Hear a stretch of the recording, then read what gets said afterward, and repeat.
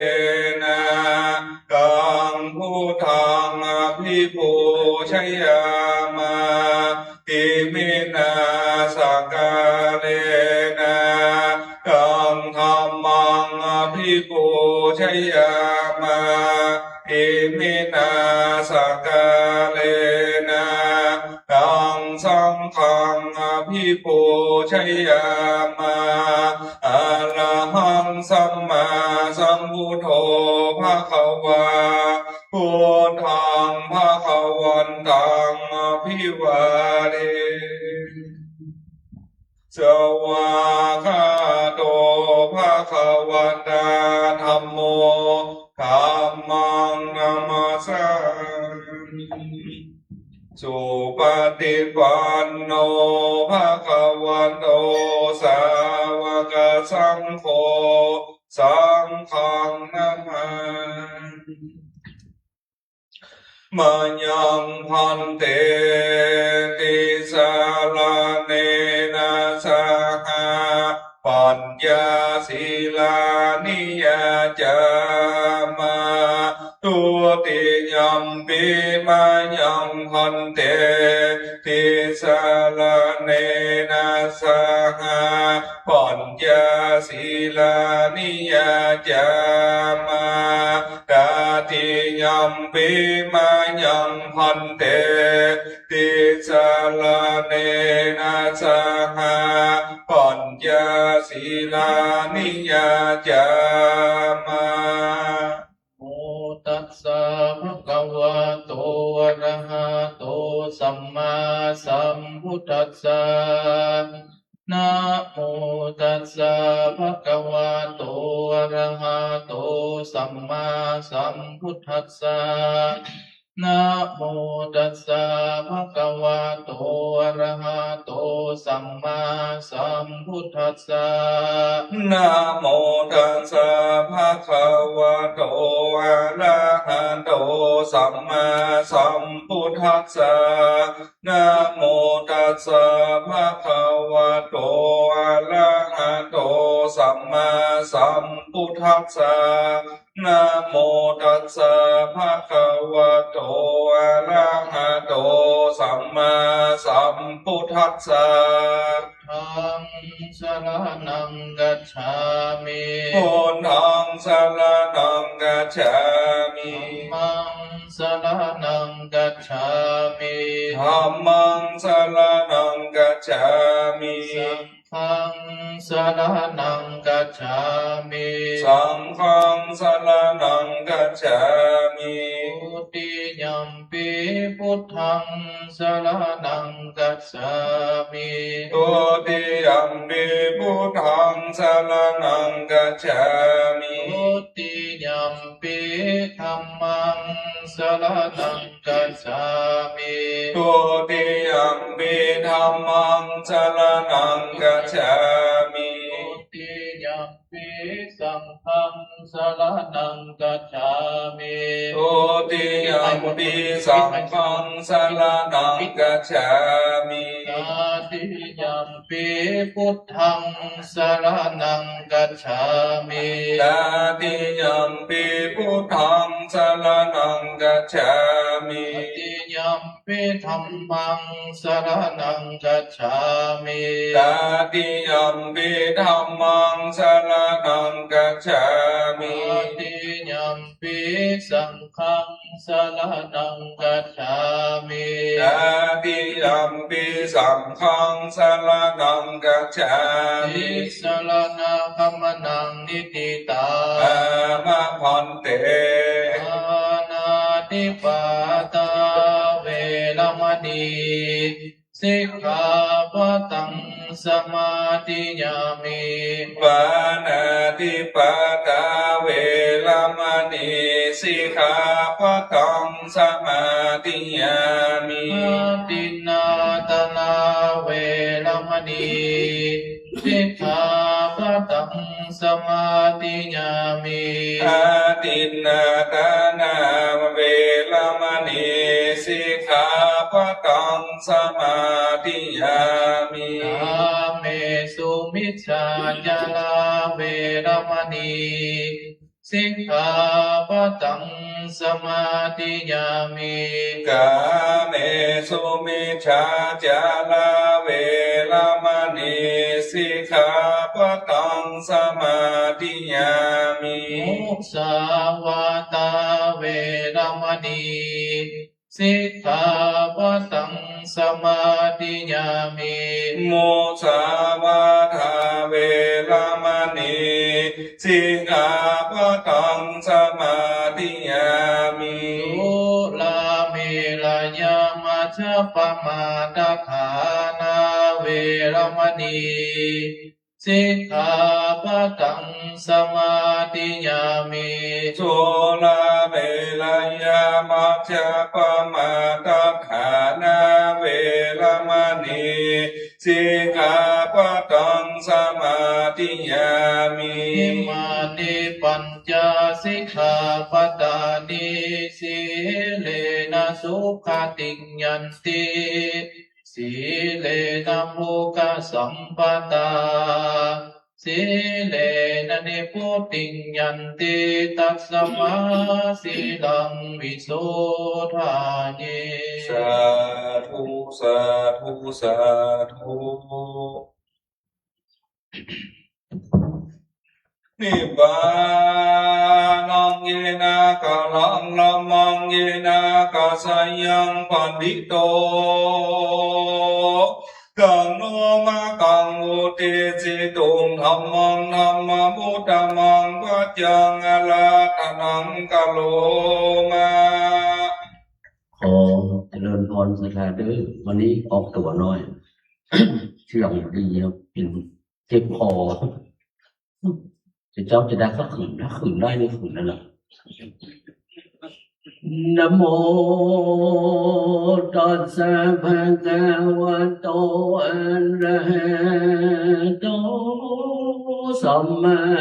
สัมพุทธัสสะ สันดาโวโดลาสัมโพลิสาตังไลจุงตักตังโสตาปัสสะโทดาฟังยังพ้นทางวันจันนังยังคำสอนแห่งพระจินนวรพระพุทธเจ้าดังอาตมานิเล่าจากเทศนาไปนานิเตอสัมปันนิมิชินะพระมันนนสามโพเตอัลลัมพังกันเตสีสาวัตถิยังกินโลโกพระมันโนอันทัสสันตาสังสาวิภังโกวัญญปาโตนะจาตุนังวิวังอังกัตวาจัตตันลิสัตตาสังสาวิตันตาสีสัทธาสัพพัญโยพระพุทธเจ้าตนเป็นคนเก่าเก่งคนเล่นเต็มปันดาต้องลายเมื่อสันติสำลันน้อยเจตวันนั้นอันลำอันมีติกายและจะทันนี้เจอแสวัตถีก็เสริมกุลูกใจต้องลายสี่คนแห่งความตันทำแก่ผู้เนืองเป็นเหตุเป็นอันลำมันนาแห่งธรรมันเทศนาแล้วก็ปาวติเทศนายังธรรมะปะตาวัตุอันนี้อันดำสังกิตติกาอาจารย์เจ้าหักแควดกฎหมายรู้โดยกันลัญญันนางกันทางอันดีปากว่าการเอาปันเลโกนี้เลกิเลดังได้ยินมาสานาส่วนว่าพระมันนาผลหนึ่งอันอยู่ในเมืองแสวัตถี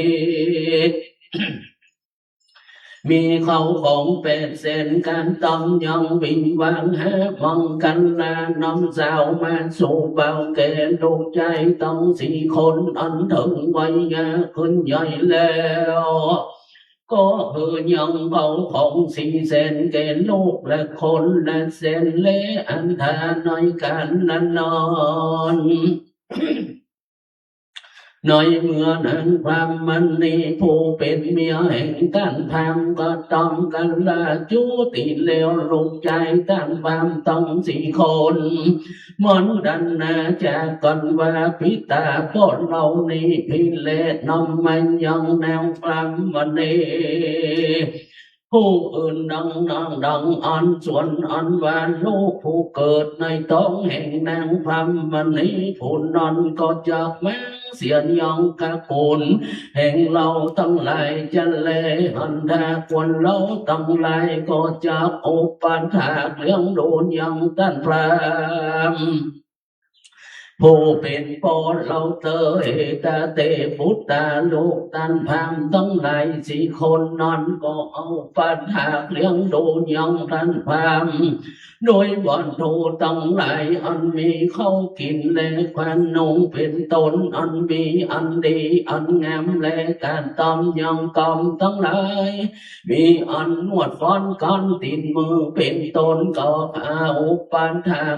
เองกันที่ว่าสองยังมีในวันหนึ่งส่วนว่าลูกตั้งหลายสี่คนนอนกันนวดฟ้อนกันติดมือแล้วมีนี่แห่งท่านพามแล้วกันหลับเมื่อนอนอันหลับอันตื่นเมื่อวันแลแก้วยังโตดในการลาวาเป็นอันต่างแก่ความโบเป็นพ่อแล้วก็ขอว่าตาข้าได้พ่อเป็นเจ้าแม้ยังอันผู้ข้าตั้งหลายก็จากอุปัฏฐานยังพ่อเป็นเจ้าโดยหนึ่งหันลากันอันนำไปดังนี้กันลาอันมีชีวิตและพ่อเป็นเจ้าจงแบ่งยังเขาของอันเศษสันโลแก่ตัวข้าตั้งหลายเตอพัมมโนอุนนนเอเกกันสันตาสังหงทัตวาต้านพามเฮือนยังเขาของและเส้นและคนแก่ลูกและคนแล้วต้านพามก่อเตาเว้นไว้ยังพันนุงพาห่มแห่งตนแล้วกันตำยังเขาของเครื่องบริโภคตั้งมวลแบ่งเป็นสี่ส่วนแล้วก็แก่ลูกตั้งสี่คนแลเตธามปุตโตลูกใจผู้ปีไอก็อุปถากยังตันพามผู้เป็นพ่อเสียงสองบอนสามบอนแลกันที่วันสองยังมีน้อยกันละครับหนึ่งนอนยังมีน้อยวันหนึ่งส่วนว่าลูกสะพ้ายไปตั้งอยู่ประตูโคงแล้วก็แก้วยังกำดังนี้ถึงตันพามแลอาบน้ำแลมานองว่ากินตัญญาเขาของรอยนึ่งก็ดีป้อนนึ่งก็ดีอันยิงอันเหลือออกจากอันเหลืออันตันพามหากได้มือแก่ลูกผู้ปีมีอันจะเหลือส่วนว่าเขาของทั้งหลายส่งเส้นตามพามก็บอกแก่ลูกต้องหลายต้องมวลอันจะเหลือตันพามก็บ่รู้ที่โยนต่างเดือนแห่งลูกตั้งหลายอันเศษสันโดอันจะเลือโสปีเม้นว่าตันพรามเกียรติแก่ลูกสะพายวาสาลีดูกลายิงผู้ถอยลอยเกียรติด่าแล้วก็ปล่อยสู่เรือนแห่งลูกผู้อื่นและตาโตปีเม้นน้อยการนั้นนอนส่วนว่าตันพรามอันสันหลานสะพายหากคือป้ายนี้โดยอุบายดังนี้หน่อยกันนาดเหมือนเสียงแห่งทรงบอนสามบอนเลี้ยวก็บดดอยยองเขาของในเรือนแห่งลูกแม่กูนี้สิ่งเดียวเลยปันดีลาปันดันลังกะปัจจัยปัจจังปะชิตวาการพามไปบวชซึ่งอันบวชเป็นพระขาวแล้วอันจะเดินไปเพื่อขอเขากินยังจันลาเท่าแก่น้อยกันละเมินเชียงแห่งกันละนอนเมินนั้นอันมีสาลินและตนปกหอมเหี่ยวเฮงโดยสิ่งเดียวบ่มีพอจันนั้นอันหันกินบ่ดีบ่ลำบ่มีที่กินที่นอน เป็นต้นมาจะเดินไปเพื่อขอกินข้าวแมงแอนสันลอยซึ่งกวานจอดแล้วอันนอนอยู่นี่ก็ทรงภาคแล้วหลัวลงลูกติดทากันอันหลับและตื่นลุกนั่งอยู่เล็งดูยังตนอันบดได้ยังเอ็นเขาไปในสำนักลูกตั้งหลายแห่งตนก็คันเองงานเจอว่ากิเลสดังได้ยินมากินและดังได้ยินมาส่วนมาเจ้าสันหลงตนจึงโกตามแม่นันอัมพงกุติโกปันสิตวายิงแห่ลอตาลอเลมีแน่อันไงอันสุสัมภาวะโซเตียนโยมเก่ากองอันเป็นสุขเตสุขแก่หูและฉลาดหน่อยคันปันติสันทาน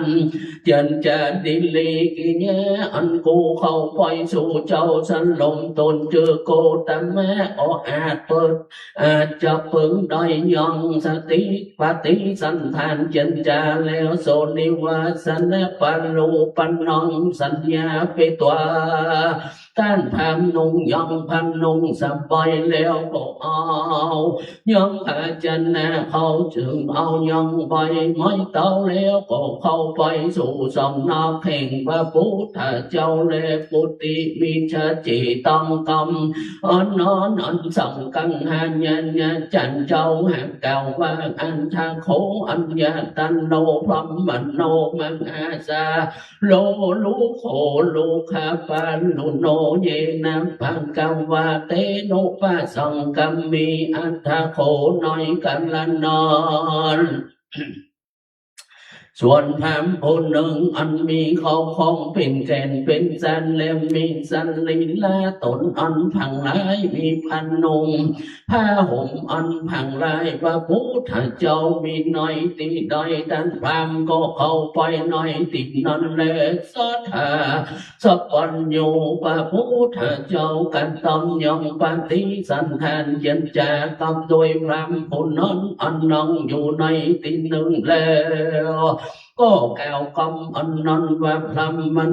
ดูกะลาท่านปามีสลิลาตนอันทางลายมีพันนุงผ้าห่มก็พังลายดังอันจันเลือดันพามก็กล่าวว่าโอโกตัมมาข้าเดชเจ้ากูตนชื่อโกตัมมาส่วนว่าลูกใจตั้งหลายสี่คนแห่งข้าในโลกนี้ก็ต้องเมียแห่งเขาก็ขอบยังผู้ข้าตั้งหลายนี้ออกจากเรือนเลพระพุทธเจ้าหากกล่าวว่าพรหมนะดูกะลาท่านพามเตนังฮีพิเลมีดังอันท่านพามจุงเลี้ยงเอายังกันพาพุงนี้แล้วมาหาธนากะเลหน่อยเมื่อพามหนุ่มความตั้งได้อันแม่นอกมาพ้องพระสุนจุงนุ่งกันแล้วปุเตสุน้อยเมื่อโลกตั้งได้เลมาพระสุมจุมนุ่งกันหน่อยสัมพันธ์กาตีพร้อมกันแล้วท่านพามท่านพามจงกล่าวยองกันหาตั้งหลายวันเยหิจันเตหินันทิสัญเยสัญญาภาวะมิจิตตังเมทันเลหิสังบุจจาสาภาสาวกามเชนติสุกันลองอังนันทิสันนังทิสังกูก็จงชื่นยินดีด้วยลูกตั้งหลายผู้ใดบังเกิดมาแต่อกอิจิตังกูก็พาธนามักยังบุธิสวัสดีแก่ลูกตั้งหลายผู้นั้นแล้วสาวมังวาสุนัขามาตั้งหลายก็ยอมหอมเฮาลอยยังหมู่ตั้งหลายอันร้องเล่นนี้ด้วยประการอันจันดอยอันดอยเตนำโบตาผู้ข้าตั้งหลายผู้นอนก็มีพอก็มีปองตีปองด้วยเมียแห่งเขาตั้งหลายยังกูอันแก้วกำอันร้องขังมากนอกของดีจะเดือนโดยพระการดังอันแล สันตะกินละมังชมมันตันตาติภัสสนะจันโลลักภาษาบุตตาปุลลโนลูเปนะเตนะหันทิวะโสกันต้องสันตะลืออันว่าลูกต้องลายอ่อนบอดย่อยสัพโพลิสาฟุงดีมีพญาเป็นดองถอยหลายนอกก็เก่าซึ่งกูพอหน่อยกันแล้วเมื่อมีเขาของสมบัติเงินของเมื่อก่อนเลยรักคันแสผีเสื้อตั้งหลายอันเกิดมาโดยอันบาเป็นลูกใจแห่งกันลาแห่งเราเสียยังก็อันเจิญยังปันนิปัตถิมาวยาอันสุขซอยมีเขาของหาเสียงนิเลอันโสวาชินโนจินัมโพโกวะขาทันนาอัมปาติญาติกัลลานุจจาปิตาเทโลปัลลากัเลสุภิขาติอัตโสวัมมะตั้งหลายอันเท่าข้องจันลาหน่วยเล็งเหตุบ่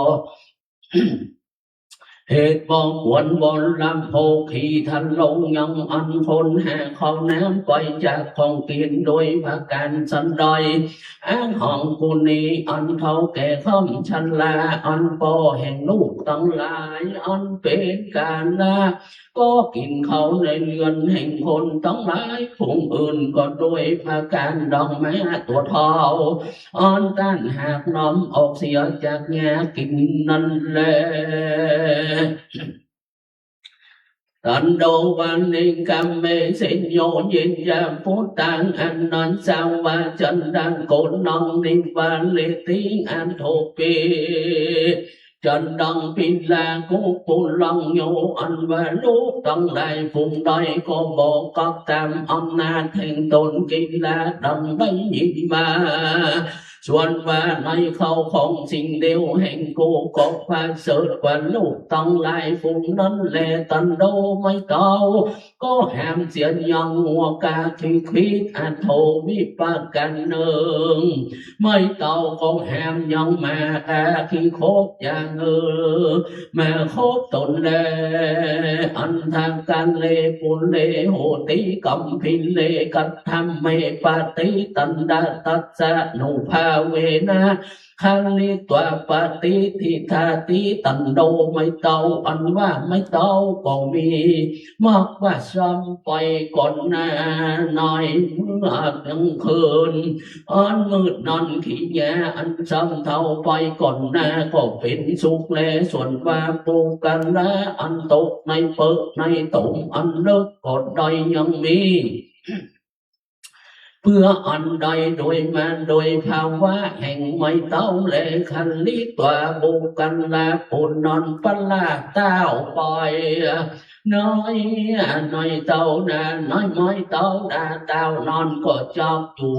ด้วยอนุภาวะแห่งไม่เต้าเลพุทเตสุน้อยเมื่อโลกต้องหลายสี่คนอันผัดดอกเครื่องกาซอยสังวานบังควรลงมาสู่ที่พร้อมพระสุงจุงโน้มอันนั้นแลนานั่งอยู่เหนืออาสนะอันใหญ่อันสูงในตามกลางแห่งความทั้งหลายในวันสมาคมพระสุงจุงโน้มแห่งความทั้งหลายอันมีสัมภาวะดังอ่อนโสพรหมโนส่วนพรหมผู้นั้นเลียนเอายังกัตถาตั้งหลายในสำนักแห่งพระพุทธเจ้าแล้วคันเองเจ้าว่ากาละอันนี้ก็เป็นกาละแห่งกูผู้อันเจ้า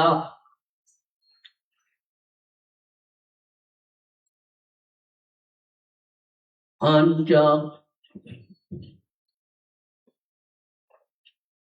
อันจะกล่าวกันหาแล้ววางอันก็เข้าไปสู่สำนักตั้งกลางที่ประชุมชุมนุมยังดูยังมงแควแล้วก็ยกแขนขวาคืนกล่าวยังว่าโพดูกันละสู่จนคนห้องว่าข้าจักมาให้กล่าวยังกระทาแห่งต้านตั้งหลายเลต้านตั้งหลายจุงฟองเตอเมื่อกำอันคนตั้งหลายหากกล่าวว่าพรำ มนานุกาลาท่านพรามท่านจงกล่าวเตอตูตั้งหลายก็จะฟังและที่ตากาวตานพามอ่อนต้องอยู่สิ่งเดียวก็กล่าวยังคาถาตั้งหลายด้วยนัยยะดังอ่อนตูนเลียนเอานอนเลเตนะมันจะมันเยนะน้อยกันละนอนกินละดองได้ยินมาส่วนว่าวัดก็มีแก่คนตั้งหลายวันโยมาตาปิตุนนองสันตะของขัตตานิมาตาปิตันโลนะโปเสติโสจะมาเลตปาดังนี้กูลูกได้กินยังเขาของสมบัติแห่งพ่อและแม่ปล่อยบริยังเชื่องพ่อและแม่ลูกคุณนอนเกิดมาน้อย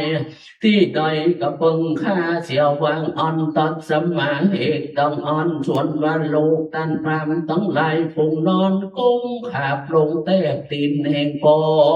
แล้วก็ขอว่าตาข้าแต่พ่อเป็นเจ้าจงยังชีวิตแก่ตัวข้าตั้งหลายเตอ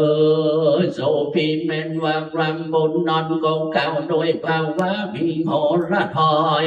อ่อนมูตุมาอุมูตุว่าโพโตดูกันละเจ้าตั้งหลายเจ้ากูตั้งหลายยังลูกใจแห่งข้าอย่างสิบให้เสียเตอลูกตั้งหลายก็จะเลี้ยงดูยังข้าอัฐาในการดันนอนคนตั้งหลายก็กล่าวเสริงลูกต้านแห่งลูกตาลูกตั้งหลายแห่งต้านธรรมว่าโพดูกันลาต้านตั้งหลายตั้งแรกแต่วันนี้ปล่อยพิมว่าตันตั้งหลายบ่เลี้ยงดูอุปันหากยังบ่สู่ตูก็จะขายังตันตั้งหลายจะเลเตในตาลูกพามตั้งหลายคงนอนอ้อนหัวคนตั้งหลายขายังพามผู้เป็นพ่อมันนั่งอยู่เหนือต้องอยู่ยกขึ้นโดยตีนโดยตนยกขึ้นโดยตนอันนำไปสู่เรือนยังคอดสียังสันลีลาตนตานผู้เป็นพ่อด้วยน้ำมันในคอดสีคอยเพื่ออาบน้ำสูงกันโตตั้งกาด้วยน้ำอกน้ำหอมแล้วก็เรียกแห่มันยองนางพามมันนี่ต้องได้ฟงเป็ดเมียแต่เก่าบ้านต้องแรกแต่นี้ปล่อยมันนางต้องหลายจุงฟันตีบอลยองโป้แห่งสู่ต้องหลายเตอนางต้องหลายพิเทิงบ่มาพามมาโดยพามมาในโป้แห่งตูอันต้องอ่อนตูต้องหลายก็จะข่มเห็นดาตียองนางต้องหลายแลว่าอ่อนเลี้ยวก็ตานพรามกินยองเขาน้ำโภชนาอาหารอ่อนพานิกเลพรมันนาส่วนว่าตันพรามอันสักลอยซึ่งเขาน้ำโภชนาอาหารอ่อนนี้อันลำเลโพตีอันยาที่อยู่ที่นอนก็สุขสำรันเลี้ยวก็บังเกิดยังกำลังอันเล่งเลงมีอินทรีย์อ่านเต็มไปหน่อยเสียงสองวันสามวันลิงดูยังอัดตามภาวะตนแล้วก็ลิงว่าสัมปันติเขาของมวลลำมวลอันนี้กูอาศัยลอยซึ่งเจ้าตนชื่อโกตมาเลถือเอายองพาข่าวคนหนึ่งเพื่อมาปันนาการไปสู่สำนักแห่งพระพุทธเจ้าแล้ว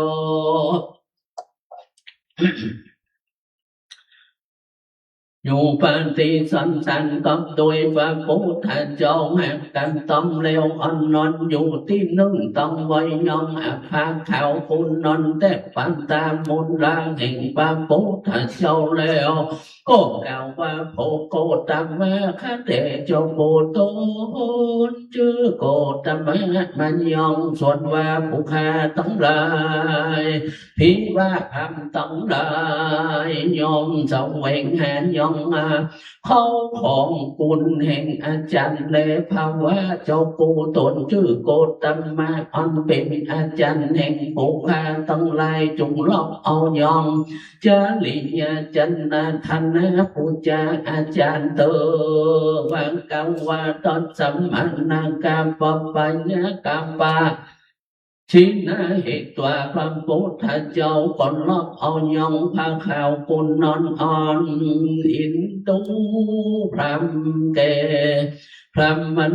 แก่พรำเร็วกดเทศนาทอมแก่ตันพรำเลเมื่อเร็วทอมมันเทศนาส่วนว่าตันพรำต้องอยู่น้อยสันนะคงอันนั้นต้องสั่งเร็วก็กล่าวยองว่าดองนี้ว่าโพโกตมาคันเดจโกตุ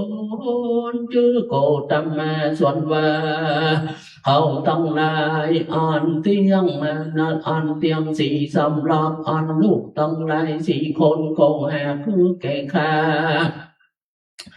แก่ขันเลตาโตเหตุนอนอันผูกแค่กองเขาส่งสำรับเลแก่เจ้าผู้เลจุงน้อยอันหาน้อยกันลันนอนบังพุทธเจ้าแก้วถึงตันพรำว่าพรำมันนาดูกันลาท่านพรำส่วนว่าถึงเอายองเขาพอง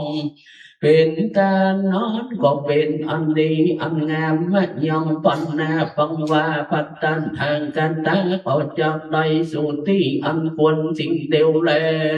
ว่าอันเดียวก็ส่งตันพามเมื่อพรำมโนกันลองกัดว่าตันพามไปสู่เรือนเดียวก็กล่าวเสริงลูกต้องหลายสี่คนเดียววานตัดตาดูกันลาเจ้าต้องหลายส่วนว่าเจ้าสลงตนชื่อโกตมาก็หาเป็นสักให้แห่งปนเลส่วนเขาส่งสำรับอันเตียงดูกูพ่อปดได้เป็นตันแก่เจ้าสลงตนนอนอันเป็นสักให้ปนเลตัดสมิงสมัยเยในเมื่อเจ้าสลงตนนอนเลมาถึงประตูเรือนเจ้าต้องลายยันโดยพม่ากาสติลืมเสียเตอวางอ่อนลูกอามต้องสี่คนล็อกเอากอมเอาสาธุบันตันดาคันเดพ่อเป็นเจ้าดีนอกแลสันอาสมวันโยปะพุทธเจ้าอันจะเดินไปในวันโลนเพื่อจากมินทบาทก็ไปถึงประตูเรือนแห่งลูกพามภูมีแล้วโสสตาติสาลูกกันพามก็ภูปีก่อนเล็งหอนยองปะพุทธเจ้าแล้วมันรอบปัญยองบาทราชนาพระพุทธเจ้าไปสู่เดือนแล้วพระพุทธเจ้าอยู่เหนือปันลังกันเตปอันประเสริฐมีกรรมมามีกามากนอกแล้วกองยังเข้านั้นโพจันนาอังหันอ่อนพันเอเป็นตันสดหาสัพพัญโยพระพุทธเจ้าก็สู่เรือนแห่งลมตันแห่งตั้งหลายมวลโดยกำลำดาเพื่อแก่ลูกแอมผู้อื่นในวันนุนเราเลยอันเหกันดีวัดซองน้อยกันนั้นนอนยังมีน้อยวันหนึ่งส่วนว่าลูกแอมผู้ปีก็กล่าวซึ่งพรำผู้เป็นปอในมังกันลาพาโคตปานตาตาคาเดพ่อเป็นเจ้าเราต้องไหลก็จะพึงบังกันลาแก่บุกกันลาผู้ดอยจะตันพามก็กล่าวว่านางห้องพ่อก็บ่รู้ยังบุกกันลาผู้อื่นแลส่วนว่าเจ้าสันลงตนชื่อโกตมาก็หากเป็นสักให้แห่งปนเลลูกตันพามผู้ปีกล่าวว่าเตนาหิพีมีดังอันพ่อเป็นเจ้าจุงไปนิมนต์พระพุทธเจ้ามาสั่งเขาหน่อยวันผู้เจ้ากับด้วยเจ้าพี่ผู้หันลอยต้นเตอท่านทำก็ไปนิมนต์พระพุทธเจ้าเลสัทธาสัพพัญโยพระพุทธเจ้ามีพี่ผู้หันลอยต้นเป็นปริวันในวันลุนก็ไปสู่เรือนแห่งพระผู้ปีนั่นแหละส่วนว่าพระผู้ปียังพี่คู่สองข้างอันมีพระพุทธเจ้าเป็นประธานเงินน้องอยู่หน่อยเงินอันพันดอกโดยเครื่องพันดอกต้องมวลอันตาโดยขี้งัวอันจุ่มแล้วก็อังการลานทันนายังเขายาคูแลหุงด้วยน้ำนมงัวอันบ่มีน้ำจริงก็ดีด้วยของอันควรเกวควรกินอันพันนิดแล ส่วนว่าลูกพันทั้งหลายสี่คนอันนั่งอยู่สำนักแห่งพระพุทธเจ้าแล้วก็กล่าวในละเวกแห่งวันอันสอนเจ้าเขาว่าโพโกตมะหันเดเจ้าตนชื่อโกตมะส่วนว่าลูกค้าทั้งหลายผู้ค้าทั้งหลายก็ปฏิบัติอุปถากยังปอตูตั้งไหลแลพระพุทธเจ้าจุกเล็งดูยังตนตัวอันตันภาวะแห่งพระโมเป็นปอผู้ค้าตั้งไหลเตอสัพพัญโยพระพุทธเจ้ากล่าวว่าขันลญาณังว่าอันว่าบุญและตันตั้งไหลแห่งการทำแล้วมาตาปิตุโนนังนาปะกินลีเลี้ยงปอเล็บแม่นอนกองหาเป็นจันนิญาปาเพนีแห่งปอนติตาเมื่อก่อนแลวังอันแล้วก็ตะลงตุ่มหิอยู่ปอกปากแล้ววันอันลูกพามตั้งลายหาขอก็น้อมเอามันยังทำมาวันทุอันลวงแล้วมาเตสันนาวาอาติเตกันเลความบรรดาปาลานาสิยังพรหมันตัตโตละจังกันเลสิตถาโปติสัตโตหิมังวันตาปเตเสงันทิโยนิยังนิปัตเตตวาสัปปะเสโตอัมโหสีอภินโดโยทัตทันนิโยคันลาวานิโกอาสิติสังหอทิปันนิวันเลพัมมันนาดุกันลาตันพัมตั้งไรอันติเตกันเลในกันลาเมื่อก่อนอันคำหลวงแล้วส่วนว่าพัญญาพงมาตัดลาจาตันสัทธัลลาตาตองยองลาจาภาวะคือคนตั้งไรอุตสาพิเศษยองตนเป็นเท้าพังหาสมุยลาจาสมปฏิในเมืองปลานาเซน้อยกันลาเมื่อดอยตาตาน้อยกันนั้นนอนส่วนว่าบรรลุโพธิสัตว์เจ้าแห่งเราได้เอากำเนิดเกิดน้อยวงแสอันเป็นจักอยู่น้อยปาเตปาหิมมาวันตามีอันมีตนอันข้าวเผือกต้องมวนอันงามควรเล็งเลแก่ตาอันควรเป็นจังอันควรบังเกิดปานสันทายินดีมีหมู่จัง80,000ตัวเป็นปริวันแลมาตาบอนนอนอ่อนว่าจังตัวเป็นแม่แห่งจังเผือกตัวนอนตาบอดเสียแลส่วนว่าจังเผือกตัวนอนก็คือโปติสัตว์คือยังตนไม่ตั้งหลายอันหวานแก่จังตั้งหลายเดียวก็ไปหน่อยที่แก่เมตนนอนที่โนจังตั้งหลายฝุ่งนอนก็บอกยังลูกไม่ตั้งหลายแก่แม่โปติสัตว์เจ้าแลก็กินเสียโดยตนเดียวแลโสปาลีกันนานาโชปาลีกันหันนันโตปัญญาจังเผือกอันพิจารณาดูรู้ยังข่าวสารอ่อนนอนแล้วคันดีงาจอยว่ากูละเสียยังหมู่แจ้งแล้วเอายังแม่ตัวสิ่งเดียวก็จอบอยู่เติงหักถีนำไปเมื่อจังตั้งลายฟุ้งอื่นก็บอกว่าละบ่รู้ส่วนว่าปัญญาจังเผือกก็ถึงเอายังแม่ตนในส่วนแห่งกลางคืนแม่ตนไปในส่วนแห่งกลางคืนแล้วก็ไปสู่โดยจันโดลนาแล้วอาศัยลอยลาวป่าอันมีอันหนึ่งมีวันนาอันเขียวงามและต้องไว้ยังแม่ในทำกุหาโดยแล้วก็เลี้ยงดูยังอุปัฏฐากและอันทางโกปัลลานักสียังวาสิวาจันลันโนในกันนอนส่วนว่าพานป่าผู้หนึ่งอ่อนต้องอยู่ในเมืองปัลลานักสีก็ลงทางเสียเข้าไปในทางเพื่อแสวงหาเพื่อเวทกฎหมายลักอันยอมติดสันใดก็ห้อยด้วยเสียงอันผูกขาอันแม่นอดและโพธิสัตโตวา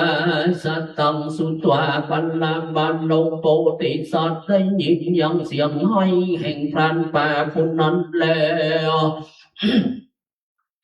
คนล้อมปึงว่าใจผู้นี้บอกมีที่ปึงบางอันสันลอยเล่เขามันนาดอกดังนี้มีเต้นเล่มันนี้ในเมื่อผู้เลวต้องอยู่ในส่วนใจผู้นอนซ่อมหือสิให้เสียในปาตินนี้เธอกำอันใจผู้นอนสิให้เสียนอนก็บอกควรแก่กุเลตัดสัมมาสันนิกรรมตัดว่าบรรลุโพธิสัตว์เจ้าได้รู้สำนักไปสู่สำนักแห่งพันป่าผู้นั้นแล้วหันยังพันป่าผู้นั้นอันเล่นนี่เหตุกว่าก็ถามว่าอัมโพปุริจาดูกันลาผู้ใจส่วนว่าพญาอันตันลายอ่านสันลอยซึ่งเราแล้วก็บ่มีแก่ตันเลตันยันได้ไปดีเตอตันอันหอยเลจะเดินไปในเหตุใดจานในเดืองในเมื่อกอมอ่อนพันป่าพูนนอนหักเก่าว่าสามีข้าแก่โจกูผู้ข้าก็รู้ต่างอยู่เสียงเจ็ดวันแลก็มีแลแก่ผู้ข้าในวันนี้เลยแก่ผู้ข้าในวันนี้เลยจังเพื่อกล่าวว่าโพปุริสาดูกันลาผู้ใจตันอยากหัวเตื้อเราก็จะต้องร้อยยองตันน้อยแถวทางเทเตียวทางตังเตียวแห่งคนตั้งหลายแลวังอันเล่คือปันป่าเพิ่นอยู่น้องเหนืออยู่ลองแห่งตนแล้วก็ออกไปจากป่าแล้วก็กอบขึ้นมาโสพิเมนว่าพันป่าผู้นอนมอกบาปก็คันดิ่งว่ากูไปสู่เมืองปาราณสีแล้วก็จะบอกแก่พญาจะแลส่วนว่าพันป่าผู้นอนอ่อนกระดอมยองสัญญาเขตเขวดยองตุ้นม้อยและโดยแขวดยองต้นไม้เล็ดโดยอันจากป่าไปแล้วก็ไปสู่เวียงปันลานสีเลส่วนว่าจังบังกันลาแห่งพญาก็ตายเสียหน่อยกาละนอนเลส่วนว่าพญาปันลานสีก็คือคนตีกองลองเป่าไปว่าพญาจังตัวมีสันลีลาตนอันข้าวเผือกล้วนต้องมวนอันควรเปิงนมเอามาเป็นจังมังกันละอันคนผู้ใดอันได้อันก็ดีมีหน่อยที่ใดคนผู้นั้นจุงจำบอกมาเตอพระองค์เรา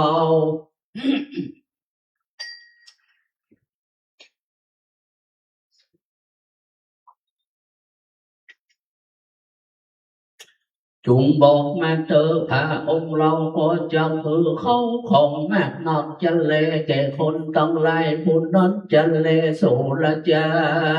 โสระจะนองอุปสัมกัมมีตัวพรำต้องไล่ผู้นอนผ่านต้องไล่ผู้นอนก็เอา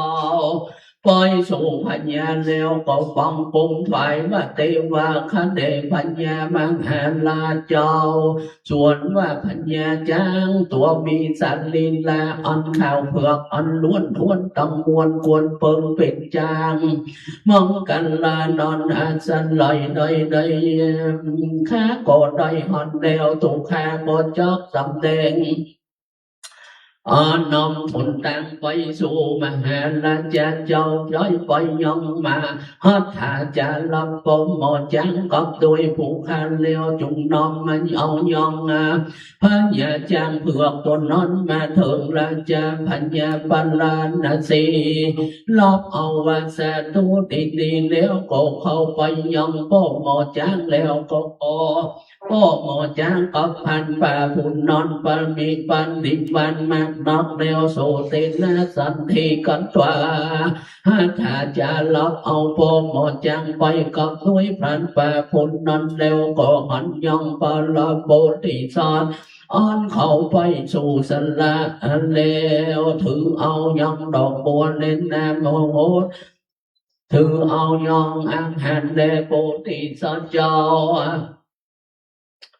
พระโตปิเมนว่าบรรลงโพธิสัตว์เจ้าแห่งมาเล็งหันยังก็หมดจังแล้วก่อนลำเปิงว่า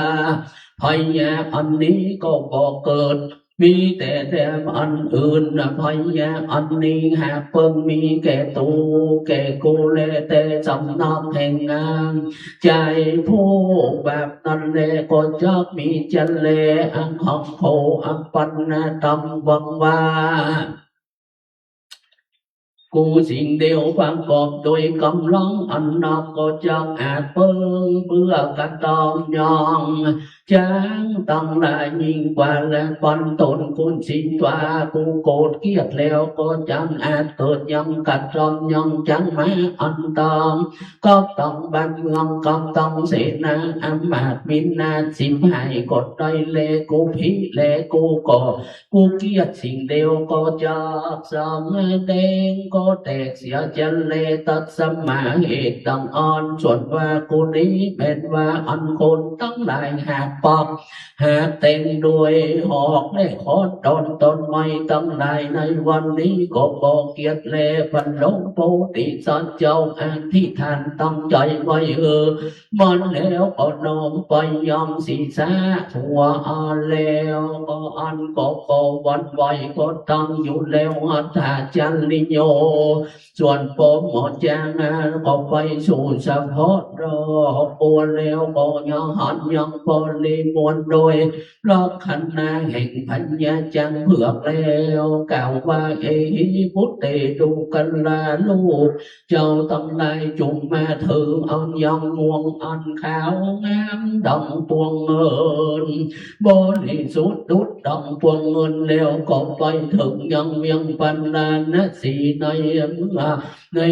ปันนานาสีได้ไป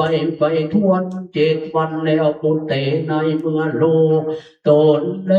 ก็บอกมาส่วนว่าจังตัวเป็นแม่แห่งวันลงโพธิสัตว์เจ้าอันให้ลำไหลว่าปุตเตลูกลับปุนางอัน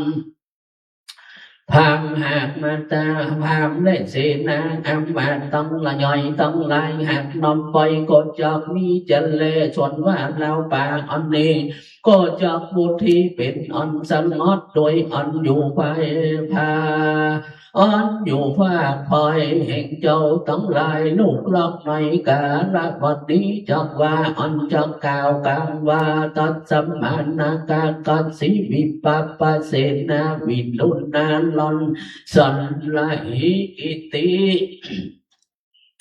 อิติจักการตันทางกโลปินังกัลลาปาลากะวันลาหิสังสัมมาจติวาเตปุชิปมากันนิการละโกวิเตวะสุวรรณากาลุนาการละชังพันเตพันนันติปินเดนะยัตตาลาจากุมันโลวาตาวาวามิหัตถิสากิ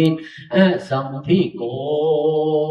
สันลากิจาอันวาไม้อ้อยจางและไม้มุกน้อยก่อนดีกุลุวินทาไม้ปินก่อนดีอันโคทันลงลูกก็จับจอมเลินกันลาวาญาตั้งหลายมีก่ออันใหญ่คือแขมเลโลพิสังสัมมันลาสาจะเปล่าโกปังปงบัวเล่เข้าเนยตั้งหลายก็ดีก็จับจอมเลินตั้งอยู่แล้วสาขากิ่งไม้อันลูกแห่งกูหากจับหักลงก็บอกมีแลกิ่งเตอะก็ดีไม่กันนิกาตั้งหลายกิ่งอันมันเป็นดาอันยักอันงามก็จับจำเลินอยู่ในตีไกตินดอยเลโกจิมักว่ากันหัตถาจีเทวตาส่วนว่าเทพดาทั้งหลายอันอยู่ในที่หนึ่งที่ใดก็ดีในนิคมก็ดีในเวียงก็ดีไปปัตตาดาเทวดาคงนอนจุงรักษายังลูกกูนองเตอส่วนว่าดาวพัญญาละจ้ากุมันก็ดีอันอยู่เหนือหลังลูกนางตนใดก็บอกว่าจะประสบพระโจรเปยังคาเสกก็จะพระโจรเปยังคาเสกศัตรูตั้งหลายจะแล ส่วนว่าเจ้าพญาเสนาอามาตย์ราชากุมารทั้งหลายอันท่านลงเครื่องประดับอ่อนแล้วโดยกองก็จักเลี้ยงดูยังพญาลูกกุนางและอุปัฏฐากยังลูกโกเทวันโดยก่อนข้าวและอันประกอบด้วยรถอันใสในทันไหลคำและเมนโพธิสัตว์ก็กล่าวยังกำตังนี้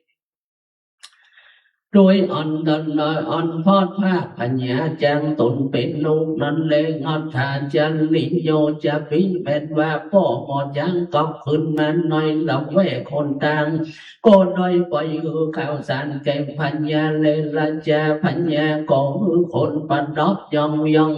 ส่วนว่าอัฏฐาจังลบเอายังพ่อจังกอบน้อมเอาย้อนยังบริสัทเจ้าหือปัญญาจังเผือกมาสู่ลงพระดอกโดยอันเครื่องอันลองกันเลยกา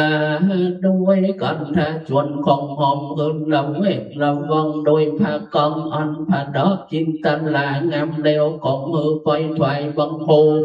แก่ปัญญาปัลลาลาจานาการลาโพจันนองอัฏฐาญาปัญญาปัลลานาสีมีเอายองเขานักโพจันนางอันมีรถต่างๆไปเลี้ยวของมือแก่บรรลุโพธิสัตว์เลบรรลุโพธิสัตว์คือปัญญาจังเผือก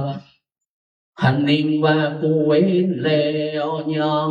แม่ก็จอกกินยองอันเลวางอันเลวก็บนล็อกเอายองคนเขาเลงอันตาโคน้อยกันดันนอนพัญญาก็จอกขอเจิญพัญญาจังเผือกจอกเก่ากันทาทวนสามว่ากันหาหินากากัมปันลองมันนากันตินสังโฆภาวะปัมหูนิลาจากิจานินาตานินากากัลลิสาสีนาการดูกัลลาเจ้าพัญญาจังเจ้าพัญญาจังเจ้ากูจุงรับเอายังกำเขาอันมีโลดอันพันนิเตนากาดูกันลาเจ้าพัญญาจังหรือว่าอันว่าจะจันนาจุงอันชูจนอันอยู่ได้มีเตนากาดูกันลาเจ้าต้องละดูกันลาพัญญาจังส่วนว่าราชากิจาตั้งหลายอันเปิงกันตอมอันมีมากเลเจ้าพัญญาจังก็จอกกันตอมยังราชากิจาตั้งหลายพงนั้นเลต้องสุตวาเมื่อลงโพธิสัตว์ได้ยินยังกำอันนั้นเลวก็เก่ากัตถาทวนสีวาสานุนาสากาปิติกาอันทะปันลินาnhicả khăn nông ban thế na sa than tê tê kinh ly chân đầu lăn non ban tí bằng hạt la cha đô căn la ma la cha phật gia ma ta mê tuột đôi hình kha siêu phát sa ta on hà cho phụ chọc non tam quật đôi sa ma ta mê tua on อัปปังกาตาบอดหน่อยโดยพุทธาวิปัญโยโศกรอดลูส่วนตอนโดนคนมอยอันคงค้างตั้งหอกตกหน่อยติดดอยเมตวนนอนอันห้อยล่องลอยบนยองติดนอนก็ต้องส่งก็บอกว่าจะทุกตินยอมตนโดนคนไม่หน่อยที่ใดที่นอนอันจะเลือสามมาตาเป็นว่าเมตวนนอนอันสามโพธสุดโดยจันโดรันนองก็บอกว่ากันจักปักเต็งไปหน่อยว่าอันโดยอันจะเลืออันแท้น้อยกันรันนอนพัญญาอันถามโพลิสัตต้องโพลงโพลิสัตก็เก่าหอนยองกันถาอันทวนหาวากันมุ่งสาจันนาอันทาปัลลินายิกาขันนุงปเตนาขันเตติกิลีจันโดลันนองปฏิมหานากาดูกันลาพัญญาจังตัวย่อยยามมาตาเมนเจ้าพัญญาจังตัวดอยอันเป็นอันทาตาบอดมืดอ่อนบ่มีบุกกันลาผุดดอยอุปัฏฐากน้อมปอยเมตัวนอนแห่งเจ้าพัญญาจัง có chắc thêm nhân lót to hồn mây ân chân lư men châu thân nhà trang tuần nón ân sầm hồn nè xuống đôi chân đầu lần nè còn nhân phật phật phật về bay nơi tìm đôi ân chân lư vận lốp phố tỷ son có cao và thuần hô qua ma ta mê sa mang hàn la cha an tha appan lina nhị ca khan nung pan thế na cha tê tí kim ly chân đô lân nong pa tí mang hàn la cha đu can la ma ha la nhâm ma ta mê tuột đôi kha Pin on ra sia bát san ta on bom mi phụ căn la trong ô bát hà riêng năm quay sam ta mê tuần non hẹn kha có cho chim thúc chân lót to tôn con môi đôi tìm chân lê xuân và mê tuần non on sập hồn nè số đôi chân đô lần á có cho phật phật về quay nói tìm đôi leo phản nhà đây nhìn nhân anh ta anh non đôi căn thả anh thuần chết leo có cho bòi ăn cho bòi nhân văn lúc cổ tỷ san châu có cao nhân căn hạ thuần chết và muốn chết chân tổng mắc hạn con nhô nhân phần là tí mà ta lòng sam mê tụng mà ta nói anh là thành cổ sang hết sa phê hí nhà tí tí ni vị phát tí phần nê đủ cần là bơn tăng lại nhô mà nhân cổ trắng tuột đôi có liếng đồ ô phát hạt nhân mê tên tăng lại chung bòi vàng nhân trang tuột non bòi tự na cô trang tuần non trùng và sụp bốc tôi còn đôi mẹ lại nhà tí cả tăng lại tăng muôn tơ xuân và thầm bốn hàng cánh hà on thuần vẹt lên thuần cầu và mút tổ cha phần thác na ca cổ mút tổ ma ta cong quân chân lô mũ một tòng vi sam mê toàn na cam ma nhê na phần tổ na ca na cố trang phải san tuột đòi cơn nói căn cốt có bốn chạc bông bông công đà tí phù non tí phục leo bắp tổ đôi ăn chữ chân đầu lần bị nói tin đôi xuân và trang tuổi sản tuần non và sợt ăn cơn nhong ăn cơn mà nói mà còn mà cốt có cho cốt đã tí phục tí mất leo chẳng nói nâng lệ có quay nói thì non lệ ta tổ số ni thì non con tòa xít tòng côn chân lệ sẽ ký tòng số cân đây số đây út thang ca ma hi tòa ma tan long khan lý xin chan ta tổ nói căn lần non xuân và chàng phải sàn tua đôi nhồi bơi tua nhồi đôi bơi thường sanh là anh mi ti nương tiền đòn anh soi anh rám mi anh nám anh soi dê tiền đòn chẳng phải sàn tua và sườn leo đột ao nam tìm muôn leo có bơi hốt thế mê tuần non lê kim lá đầm đây nhìn ma xuân và phần nhà trang tuần non bốn on chạc tí phục tí mất văn thân tha tí phục tí nhân nhu nôi nâng leo tê sân thom kê thân nhà lệ hư nhân pháp bạc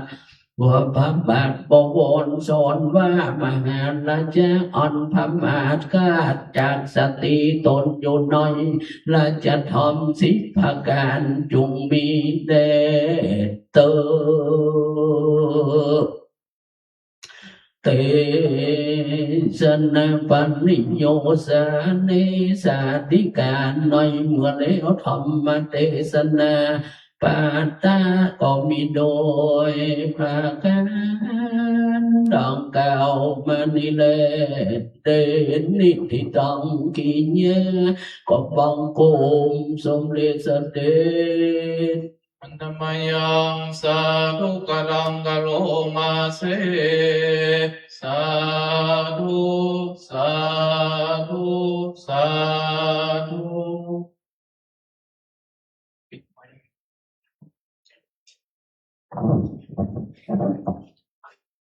อภิธรรมเทศนาธรรมปาฐะผูกทวน7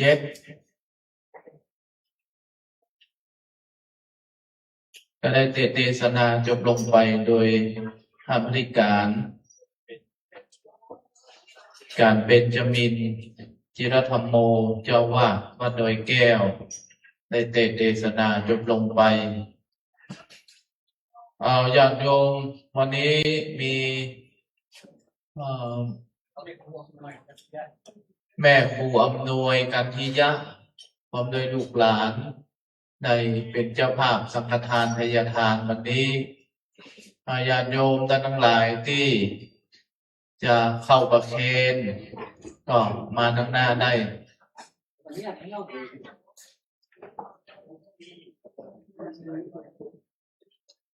พระธรรมเทศนา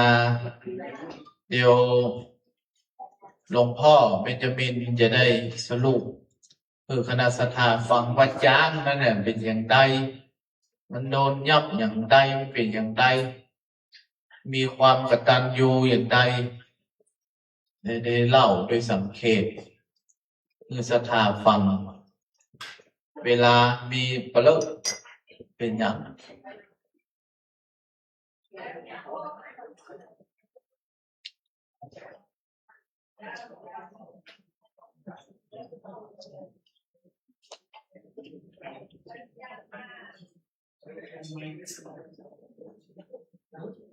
ทำในการภาษาข้างกัน7 ศีล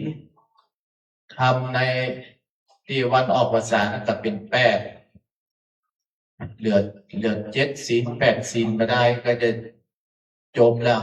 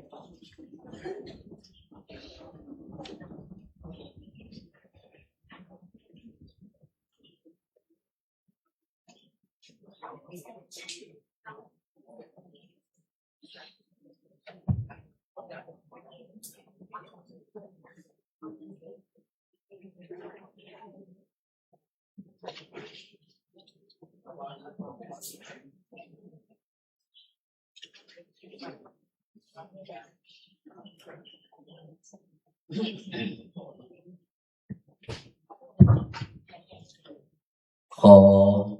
นอบน้อมก็กระผมไหวสาพระบรมราชเจ้าชนิจอมโตพร้อมโดยสารลูกปิ่นป่าสมณะสัมพุทธเจ้าในวิหารหลวงขอแสดงความเคารพกับพระเดชพระคุณหลวงพ่อสุวรรณเมธีเจ้าอารามธิบดีวัดพระธาตุเจ้าสิริจอมทองรองเจ้าคณะจังหวัดจังหวัดพร้อมโดยไวสาท่านพระครูพุทธศาสตร์สุปดิษฐ์ซึ่งเป็นถ้าเป็นทหารก็เป็นผู้บังคับบัญชาขอถึงโอกาสแสดงความเคารพมาในที่นี้ขอเจริญพรกับบรรดาสถานท่านทั้งหลาย วันนี้เสียงมันดีเจ็บคอไม่เจ้านะนะถ้าขืนได้ขืนนะ มันจะเต้นผมม่วนแล้วก็เลยจำเป็นเต้นไปเอาหนักเรื่องพราหมณ์แก่มีลูก4 คน มีลูกชาย4 คน แล้วก็แม่ตายมันก็เขาได้เมียใหม่แล้วก็เพิ่นก็ไปทำว่าน้องสาวมาชูบ้านแล้วเขาบอกโอ้แล้วเอาแม่ตอนแล้วลูกทั้งหลายเนี่ยมันลูกแบ่งเข้าแบ่งของมันเลี้ยงพ่อมาได้สัก2-3 วันมาได้สักพ่อมาได้2 วัน3 วันบีบนวดเอาพ่อมาบีบก้อนไฟก้อนมาถามพ่อว่าพ่อผ่อนเข้าผ่อนของในปฏิบัติถ้าเป็นคนเขานะคุณนั้นก็เลยผ่อนกับผ่อนกับมันก็ผ่อนให้ลูกมันมี8 แสนนะมันผ่อนไป4 แสน4 คนนะคนละแสน4 เสร็จแล้วก็เมืองเข้ากับท่านพราหมณ์ก็อยู่กับลูกยิงก็เดี๋ยวจ้องพ่อไปในธรรมในว่ามันไปอยู่ยังที่ประตูโขงมันเปล่าว่ามันปอกก็มันนานมาเกลียดว่าลูกสะพ้ายผู้ถอยร้อยด่าว่าคือใครคือใกล้หนีก็เลยพามก็หนีไปแล้วก็มาขอแบ่งของแล้วก็พิเศษสลอนะว่าพิเศษสลอที่อันน้อยๆที่มันมีเท่านั้นขอปอนแถวพามเท่าของว่าจะรัดแล้วก็หนีออกไปบวชเป็นผ้าขาวหนีออกไปบวชเป็นผ้าขาวก็จะเดินไปชอบขอกินข้าวตามบ้านตามจองหนองตามกาดนอนที่ไหนก็นอนไปรอบห้องมันเข้าของมีสรีระอันผอมทางได้แล้วก็พราหมณ์นี่ก็ไปรู้ว่าพระพุทธเจ้ามีในที่ใดก็ไปหาพระพุทธเจ้าแล้วก็พากันไปหาพระพุทธเจ้าก็สอนคาถาก็คือกรรมที่ว่าไปว่าลูกมันจะว่าฮอนว่าหายนะไปว่าลูกมาได้เลี้ยงมาได้ดูกับพราหมณ์ทั้งหลายที่ประชุมชุมนุมกันนะพราหมณ์ทั้งหลายก็ว่าให้ลูกมันเลยว่าถ้าสู่บ่เลี้ยงลูกเลี้ยงพ่อเนี่ยหรือมาเลี้ยงพ่อเลี้ยงแม่ได้เข้าของไปแล้วเนี่ยพราหมณ์ทั้งหลายว่าเพิ่งได้ฆ่าอย่างลูกคนเนี้ยแล้วเขาก็กลัวเพิ่งฆ่ากันเลยครอบพ่อไปเลี้ยงแทนครอบพ่อไปเลี้ยงก็พราหมณ์ก็คือถึงพระพุทธเจ้าที่พระพุทธเจ้าสอนว่าไปพระชุมนุมไปกล่าวว่าลูกบ่ได้พ่อได้ดูบ่ได้เอาอันนี้มาขึ้นแล้วลูกคนนี้มันจะเป็นผีเสี่ยงมาเกิดยากในธรรมคนเฮานี่ตามในปกติเนี่ยมันจะมีคนเกิดปีนั้นผีเสี่ยงจะมาเกิดคนเกิดปีม้าปีสีนี่เทวดามาเกิดปีจ้อยสีสง่าเม็ด4 ปีนี่เทวดามาเกิดปีเป้าห้องไส้ก้อยนี่คนมาเกิดปีนี้ปีสอนปีเล่าปีเศษผีเสี่ยงมาเกิดผีเสี่ยงมาเกิดนี่มันจะลื่นน้อยเทวดามาเกิดนี่มันจะแบบพอลื่นมันจะหูกองกันเพราะว่าเป็นเปลี่ยนเทวดาลูกจันทร์ฟ้ามาเกิดปีจ้อยปีหนูปีสีกับงูหลวงปีสง่ากับปีม้าปีเมษกับปีแปะ4 ปีนี่เทวดามาเกิดแล้วปีเมาปีเป้าปีงัวปีเมาปีกระต่ายปีสร้อยกับพึ่งน้อยปีก้อยกับจางอันนี้คนมาเกิดปีนี้พึ่งเสือเนี่ยปีสอนพึ่งวอกปีเล้าพึ่งก้อยปีเศษพึ่งหมาเนี่ยผีเชื่อมาเกิดอันนี้ผีเชื่อมาเกิดจะสอนแง่เพราะฉะนั้นคนเขาลูกก็ทำเหมือนก่อนลูกจะคนสอนแง่ดึงจังเง่าอย่างนั้นถ้าจะผีเชื่ออะไรมาเกิดแล้วก็คนที่เป็นเทวดามาเกิดนี่เพื่อนจะอันนี้ยกตัวอย่างใกล้ๆอย่างพระพุทธศาสนาเป็นเพิ่งปีสีดอกเพิ่งนาคตัวหลวงเทวดามาเกิดนี่ยังจะเป็นเจ้าเพราะฉะนั้นอู้รวดไปเลย แล้วก็ผู้พานมันก็โจมว่าผีเชี่ยมาเกิดมากับว่าคนตะกอนมันก็โจมไปเลยเนาะผีเชี่ยมาเกิดลึงมาอันอย่างก็ให้ได้แล้วก็ไปเลี้ยงมาดูมาพ่อมาก้อยว่าลูกเนี่ยมันมีปัญญาคือผู้ลิซ่าร้อยปัญญามากลูกร้อยปัญญาอย่างมันฟังกำเมียเหมือนกันคนใดก็ฟังกำเมียโมดร้อยพ่อออกบ้านเนี่ยตอนสุดท้ายมาก็ปิ้งมาเอาพ่อยังมาโจมใช่ไหมยังโจมชื่นยินดีทอมบ้านโจมชื่นยินดีคือลูกบอกให้คือลูกสิหายนะคือให้คือลูกเป็นดีอยู่นะพ่อนี่บักเกียดจะได้เพียงยังอภัยของลูกอยู่กับปิ้งไปอยู่เลี้ยงต้นดีตุ้ยปีดีงามมาก็ไปไหว้ศาลพระเจ้าเอาผ้าขาวไปตามพระเจ้ามันเข้ากับป่าลูกไปป่าลูกปล่อยลูกก็เข้าใจพ่อแล้วตั้งใจหันมาพอนิมนต์คือพ่อนิมนต์พระเจ้ามาเหียนของตึงพระภิกษุ500 ตนมาเหียนของมาพระเจ้าขอมาสอนเข้าในเรือนของลูกหางผู้พี่นะเพราะฉะนั้นในธรรมะก็จะแล้วก็เขาก็ปฏิบัติดีปฏิบัติชอบมาต่อเต้าอันนี้มากับพ่อมาพระเจ้าก็เตศนาเรื่องอย่างพี่เพิ่งเกิดเป็นโพธิสัตว์สมัยนั้นเป็นช้างเผือกแล้วก็ได้แม่ตาบอดช้างเผือกนะได้แม่ตาบอดแล้วก็พานป่าเนี่ยไปโปกไปหลงตาห้อยอยู่กลางป่าช้างโพธิสัตว์ที่ก็ว่าไผ่มาห้อยเนี่ยก็ไปพอก็เป็นพานป่าทีนี้ก็ใจนะโพธิสัตว์ที่หูแล้วถ้าพันป่านี่นะเวลาไปโพดมันแล้วมันรุนมันจะป้องมองใส่นะมันจะไปบอกพวกพญาแล้วมันจะมาเอาเพื่อนไปเป็นช้างมังกรในเมืองแล้วเพื่อนบอกปล่อยเพราะว่าแม่เป็นตาบอดเพื่อนก็เลยหูแล้วเพื่อนก็เลยไปช่วยมันหลงทางกับช่วยมันก็ทะลีว่าแต่งเวลาที่ช้างอันนี้บรมโพธิสัตว์ช้างนี่มาส่งมันก็มาอีกหนทางไว้มาตั้งนี้หอกไม้ไว้เป็นที่ว่าโดยนี้ก็จะอ้อนจนถึงเมืองปาราณสีพอถึงเมืองปาราณสีแล้วก็มันก็ไปบอกข่าวสารนี่คือพญาปาราณสีก็เอาเพื่อผ่านป่าไปหาพ่อหมอช้างความจริงเนี่ยน้องโพธิสัตว์ได้เป็นหูแล้วมันก็ต้องมาเกี่ยงว่าอย่างก็เลยมาโดยแล้วก็พ่อหมอช้างก็นำมาเพิ่งก็ผัดดาฟ้านี่มีหมอและชกดนตรีกับตอนหลอกช้างเผือกเนาะเอาช้างเผือกเพราะว่านายยามนั้นก็จ้างพญาก็ตายพอดีจ้างเมืองปาราณสีจ้างเผือกเนี่ยคือก็ได้ตัวนี้ไปเต้นเนี่ยไปเต้นก่อนพระลงโพธิสัตว์นี่ฮักแม่ผู้ที่กตัญญูอย่างมากแล้วก็ฮักแม่ก็เลยละแม่ไว้ในดอยจันโดระดังนะดอยจันโดดอยนั้นเสร็จแล้วก็แม่แล้วก็แม่นะตอนนั้นพญาปาราณสีเนี่ยก็จะเอาจ้างเผือกมาเป็นนี่เพิ่นกระตอมพบอย่างเขาวงสวงนะคะหนึ่งเที่ยหนึ่งก็เอาเข้าไปยื่นเที่ยหนึ่งก็มากินเที่ยสองก็มากินเที่ยสามก็มากินตั้งใจมารับถึงมากินถ้าว่าอันนี้จะคือเป็นปล่อยเพราะว่าจะไปดูแม่ตาบอดบอกแม่ไปย่อมใส่ล็อกใส่ต่อไปชอบกินมันมีที่กินมันมีไผ่เอาไม้เอาสักอ้อยมากินเข้าสติกาสักกอติเป็นว่าในธรรมแล้วก็เลยบอกกินก็เป็นน้องโพธิสัตว์สุดท้ายมาพญาก็การไว้อีหลักการแล้วก็เลยปล่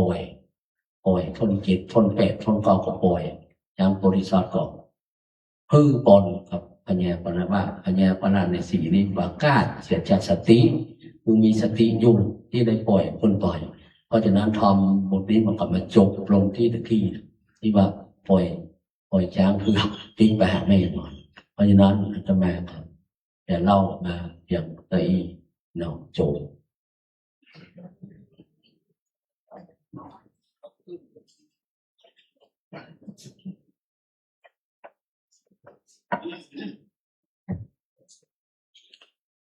ยะถา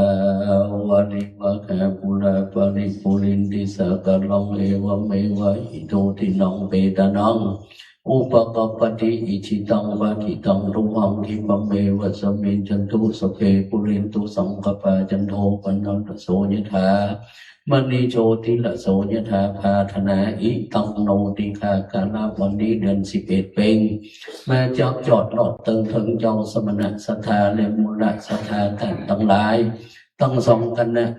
ต้องไปหน่อยและไปนอกคนแห่งห้องไปหน่อยไม่มีหลวงพ่อวันเวทีเจ้าอารามาธิปติวัดพระธาตุเจ้าสลีจอมตองดอกเตอร์เจ้าขันรองเจ้าคณะจังหวัดจังหม่พร้อมโดยท่านพระโกพุทธศาสตร์สุปฏิพร้อมโดยเทวสิทธิยมท่านเจ้าจุตนจุองค์หนแห่งห้องไปนอกไม่มีศรัทธาคันลูอุปถากสันนิบาตตันเข้าไม่มีแม่โคอำนวยก่อนที่จะเป็นกองพรมโดยญาติกาพี่น้องเอาวันองศามันตกวันออกต่อยในวันเหนือก็โดยสนงคงไปตกแต่งเป็นพร้อมน้องนำมายังกีตุปาบุพาราชาลงดอกขอดอกไม้พิจารณาปัจจัยตายตานพร้อมโดยกับปิญญาบรรดาท่านทั้งหลายมนพรุ่งนี้มาถาพันนากางกองส่งนาเกี่ยวเจ้าทั้ง3ประการด้วยว่าจะถวายเป็นทานเด่นพระแก้วเจ้าทั้ง3ประการกำบักกำผาธนาเจ้าสมณะสัทธาและมูลสัทธาท่านทั้งหลายมีหน่วยประการชั้นใดสมินจันทุจุปันอุดมโสมโนมอยไฟแองทุยงทุประการเป็นพระเจ้าขออุทิศฝากไปหายังปิตาบรรดาพ่อแม่ที่ได้มรณะจุติตายไปสู่พระโลกเราไปนาเขาไปจูจอดรอดถึงเขาเจ้าทั้งหลายคือได้กินคือได้บริโภคคือได้เสวยเตสัมปฏิผลนั้นจุจะมีเที่ยงแต่ดิลีใจเยียสิทธิทานนังละพังสุธีภกยองสุขังพลังสิริอายุจุวันโนจุโภคังวุฒิจิยสวัสตวัสจะอายุจะชีวสิทธิภะวันตุโวสปิติโยหัวจันตุสัพพโลโกวินัสตุมาเตภวันตนตระโยสุขีทิขายุโกภวะอาภิวาทนาสิริสนิจังมุทาปจายโนจตารโลธรรมาวันติอายุวันโนสุขังภะลังสาธุสาธุสาธุเอาที่กล้องจะเพลงเลย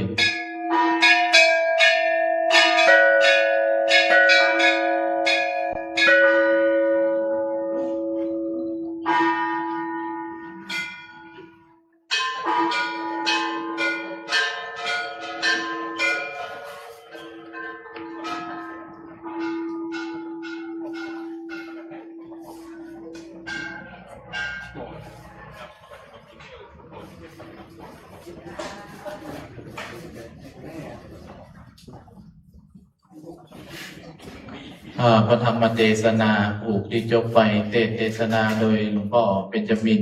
ที่การเบญจมินจิรธรรมโมจังหวัดวัดดอยแก้วเทศนาจบไปต่อทุกคน2ก็มีท่านพระอธิการสมหมายชุตินทโลตุปิหมายวัดพุทธเวรุวันหนองเขียดอำเภอบ้านโป่งจังหวัดลำพูนเทศนาบุคคล2ขอรัตนานิมนต์ขึ้นธรรมะได้ครับ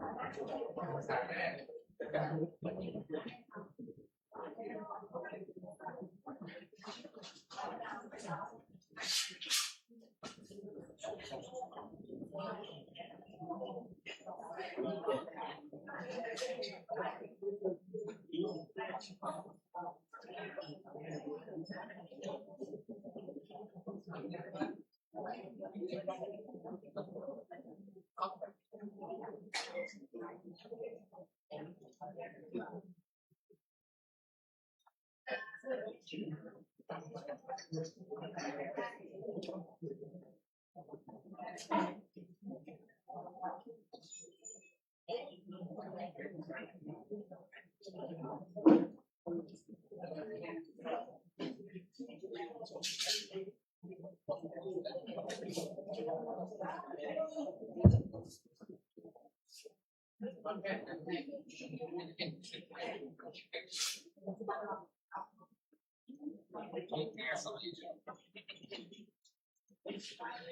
นิบา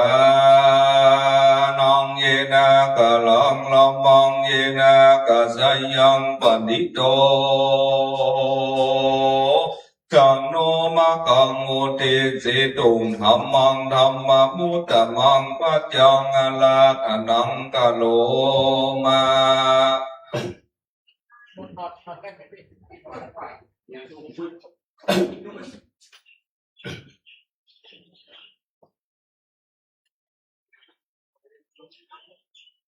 นะโมตัสสะภะคะวะโตอะระหะโตสัมมาสัมพุทธัสสะสาธุโวฟังล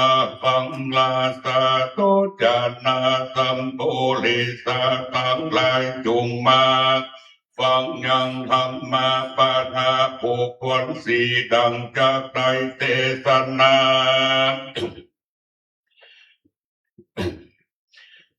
เทศนาต่อไปว่าก็ปูจาโดยเสียงเยืองเครื่องปูจาทั้งหลายไม่มีการหามาลาดวงดอกไม้เป็นต้นแล้วก็ออกจากเวียนไปถึงสาระดอกบัวในวันนั้นสิ่งเดียวลำเปิงว่ากูยังแม่กูกินอาหารแล้วก็จะกินด้วยตนเดียวจะแล้วบางอันแล้วก็เอายังหลักบัวตั้งหลายมากนักแล้วก็ออก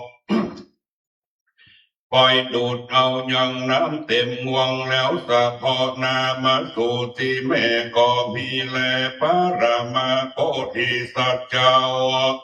คือพญาจังเผือกมาสู่สำนักแห่งแม่แล้วก็ออกมาจากคำที่อยู่แล้วนอนอยู่ในที่ไกลประตูแล้วก็ผูเอาน้ำนาใส่ยังแม่ของตนเพื่อคือได้ยังสัมผัสสะถูกต้องยังสรีระแห่งแม่ตนอันขาดอาหารได้7 วันมาตาปีแม่นว่าแม่แห่งปารามาโพธิสัตว์เจ้าอันกล่าวด่ายังลูกรวยสัญญาใส่ในใจว่าฝนตกหำก็กล่าวปวยกาถาอันทวนสีบว่าโกยังอนาลิโยเตโวอากาเลนาปาวาสตังกาเตนโตเตอา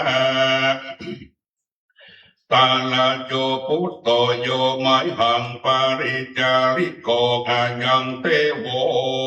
ก่อนว่าฝนอันนี้เป็นอันบ่พาเสดก็ได้ตกลงมาในกาละบ่จันเมื่อใจยามของฝนตกอันจะลือจะโยพุตโตลูกตัวใดอุปาทาคือแก่กูแม่ลูกตัวนั้นก็เกิดมาแต่อกแก่กูแม่ก็หนีไปดังจะลืออาถาน้อยกาละนันปรมาโพธิสัตว์เจ้ายังแม่ตนเธอได้อาสาสะจมจื่นยินดีก็กล่าวกาถาอันทวน11ว่าอุปโทหิภัพมกิงกาสีอากาโตตะยายังมาตาราโจพุตโตมาหิกาสิราเจนาเวเตเหนาจัสสาธิกาอัมมะคาแห่งแม่เป็นเจ้ากิงเสสีแม่เป็นเจ้าก่อนนอนอยู่หรือจ้าอาหาอันวากาสีมหาคัสสัตอันหักออกไปด้วยพระญาอันมี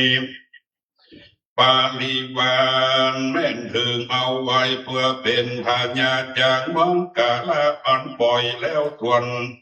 อันว่าข้าตัวเป็นลูกอันเกิดมาแต่อกก่อนมาสู่สำนักแห่งแม่เจ้าในกาลบัดนี้แล้วแม่เป็นเจ้าจงรู้เตอแม่เป็นเจ้า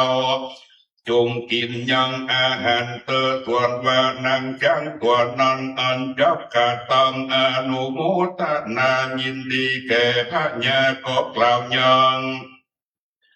บทบาทกาถาอันสุดอันซอยวัคคีรังจีวาตุโสอากาสินังวัปปะมาคาโนโยเมพุตตังอโมเจสีสัทธาคุคา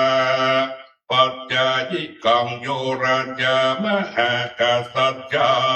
วตนใดอันจำเริญแก่เจ้ากาสีตั้งหลายก็ปล่อยยังลูกแห่งกูนางอันขังเท่าโลภคบยำผู้เท่าผู้แก่ในกาลาตุกเมื่อแลโยจะยังมหากษัตริย์เจ้าตนนั้นจงมีชีวิตอันยืนยาวเติตะทาในกาลนั้นพัญญากาสียินดีในคุณแห่งปารามาโพธิสัตว์เจ้าแล้วก็คือตั้งไว้ยังบังอันอยู่ที่ไกลในสาระโบคอละนี้แล้วก็คือตั้งไว้ยังวัดอันเพียงแก่โพธิสัตว์เจ้าแต่แลแม่แห่งโพธิสัตว์เจ้าแลอัปปาลาภาเกในกาละไปนามาตาน้อยเมื่อแม่กระทำจุกทิพย์ตายแล้วปารามาโพธิสัตว์จับตำตรงสักการเลิกสักแก่ตนแม่แล้วก็ไปสู่ยังอาสะรมบทชื่อกันทรกะและส่วนว่าเจ้าละสีตั้งหลาย500 ตนตอนตกมาแห่งป่าหิมาวันตะแล้วก็อยู่ในที่นั้นแลจุมโปติปะวาสิโนคนตั้งหลายอันอยู่ในจุมปูทีบก็มาคัดสุมจุ่มนุมกันก็กระตำเลนมโหสรุปผู้ปีแลสเปมนุษย์จาราจาคนตั้งหลายและตั้งมวลอันก่อนตีพัญญากาสีก่อนดีก่อกระตำยังบุญตั้งหลายไม่มีหือตันเป็นตนแล้วก็ไปฟั่มเป็นเสวยที่พญาสัมปติในสวรรค์เทวโลกในที่นั้นเสียงแม่นอายุแลสัทธาสัพพัญญูพระพุทธเจ้านำมายังธรรมเทศนาอันนี้แล้วก็พระกงจุ่มนุมยังจาตกาวาราจาธรรมยาปาลานาสีในกาลนั้นคืออนันตะในกาลบัดนี้แล้วแม่ในกาลนั้นมาได้แก่นางสัตรีมหามายาแม่แห่งตถาคตในกาลบัดนี้แลวานาจาละโตพันป่าในกาละนั้นหากมาได้ตันเตวตัดในกาละบัดนี้แลพัทาจาริโยปหมดจังในกาละนั้นหากมาได้ตันสารีบุตรในกาละบัดนี้แลมาตุโปสกานะโปจนาพญาจังตัวอุปถากแม่นั้นในกาลนี้คือหากมาได้ตนกูตถาคตสิ่งเดียวมันเป็นที่เพิ่งที่จำแก่โลกทั้งสามในกาลบัดนี้และสัทธาสัพพัญโยพระพุทธเจ้าเทศนามายังมาตุโปสกนากาลจาตกาอันมีในเอกตาสันนิบาตแห่งลูกรำตั้งหลายมันกล่าวด้วยแล้วยังกะหาอันนิวาทนาบาลโกนามาปุญจโลกาโภกปะเพลโนทุนนาวารโยกันโหกาวาลังนากาปุญจติสุรามาตินากาวานาสกุลจโลอุปาสกาทุกาลาอุปาสกาตั้งหลายเฮยกุลจโลอันว่าจังไปสั่นตัวใหญ่ อันมีชื่อว่าธนาปาลกะอันนันอุปถากเลี้ยงดูยามแม่อันแตกน้ำมันในที่สามแห่งอันจับยามอันจับแหมโดยขอแลขอนมาแมกนักก็อยู่ในป่าจางอันควรละเมาเอาใจตัวอันเลี้ยงแม่และโศคุณจะโลจางไปสันตัวใหญ่ตัวนั้นอันพญากะติหักใจไปยังหัดหักจันพ่อหมดจังนำมาคือเขาอยู่ในลมจางนายแวดล้อมหักกังอันวิจิตรงามต่อฟ้ากันมาด้วยกันท้าจวนจันอันหอมอันนามีพิดันไปบนก็เป็นเขาพักขอบด้วยอันพระญาคือนั้นเหตุละนั้นนาเถิงมัตตาอุปทานธรรมเสียงแม่แลสูละมัตตินากวาพัสสะแจงไปสานตัวใหญ่ตัวนั้นก็ละนึกถึงมัตตาอุปทานธรรมอันเลี้ยงแม่อยู่ป่าจังแห่งคนแลนา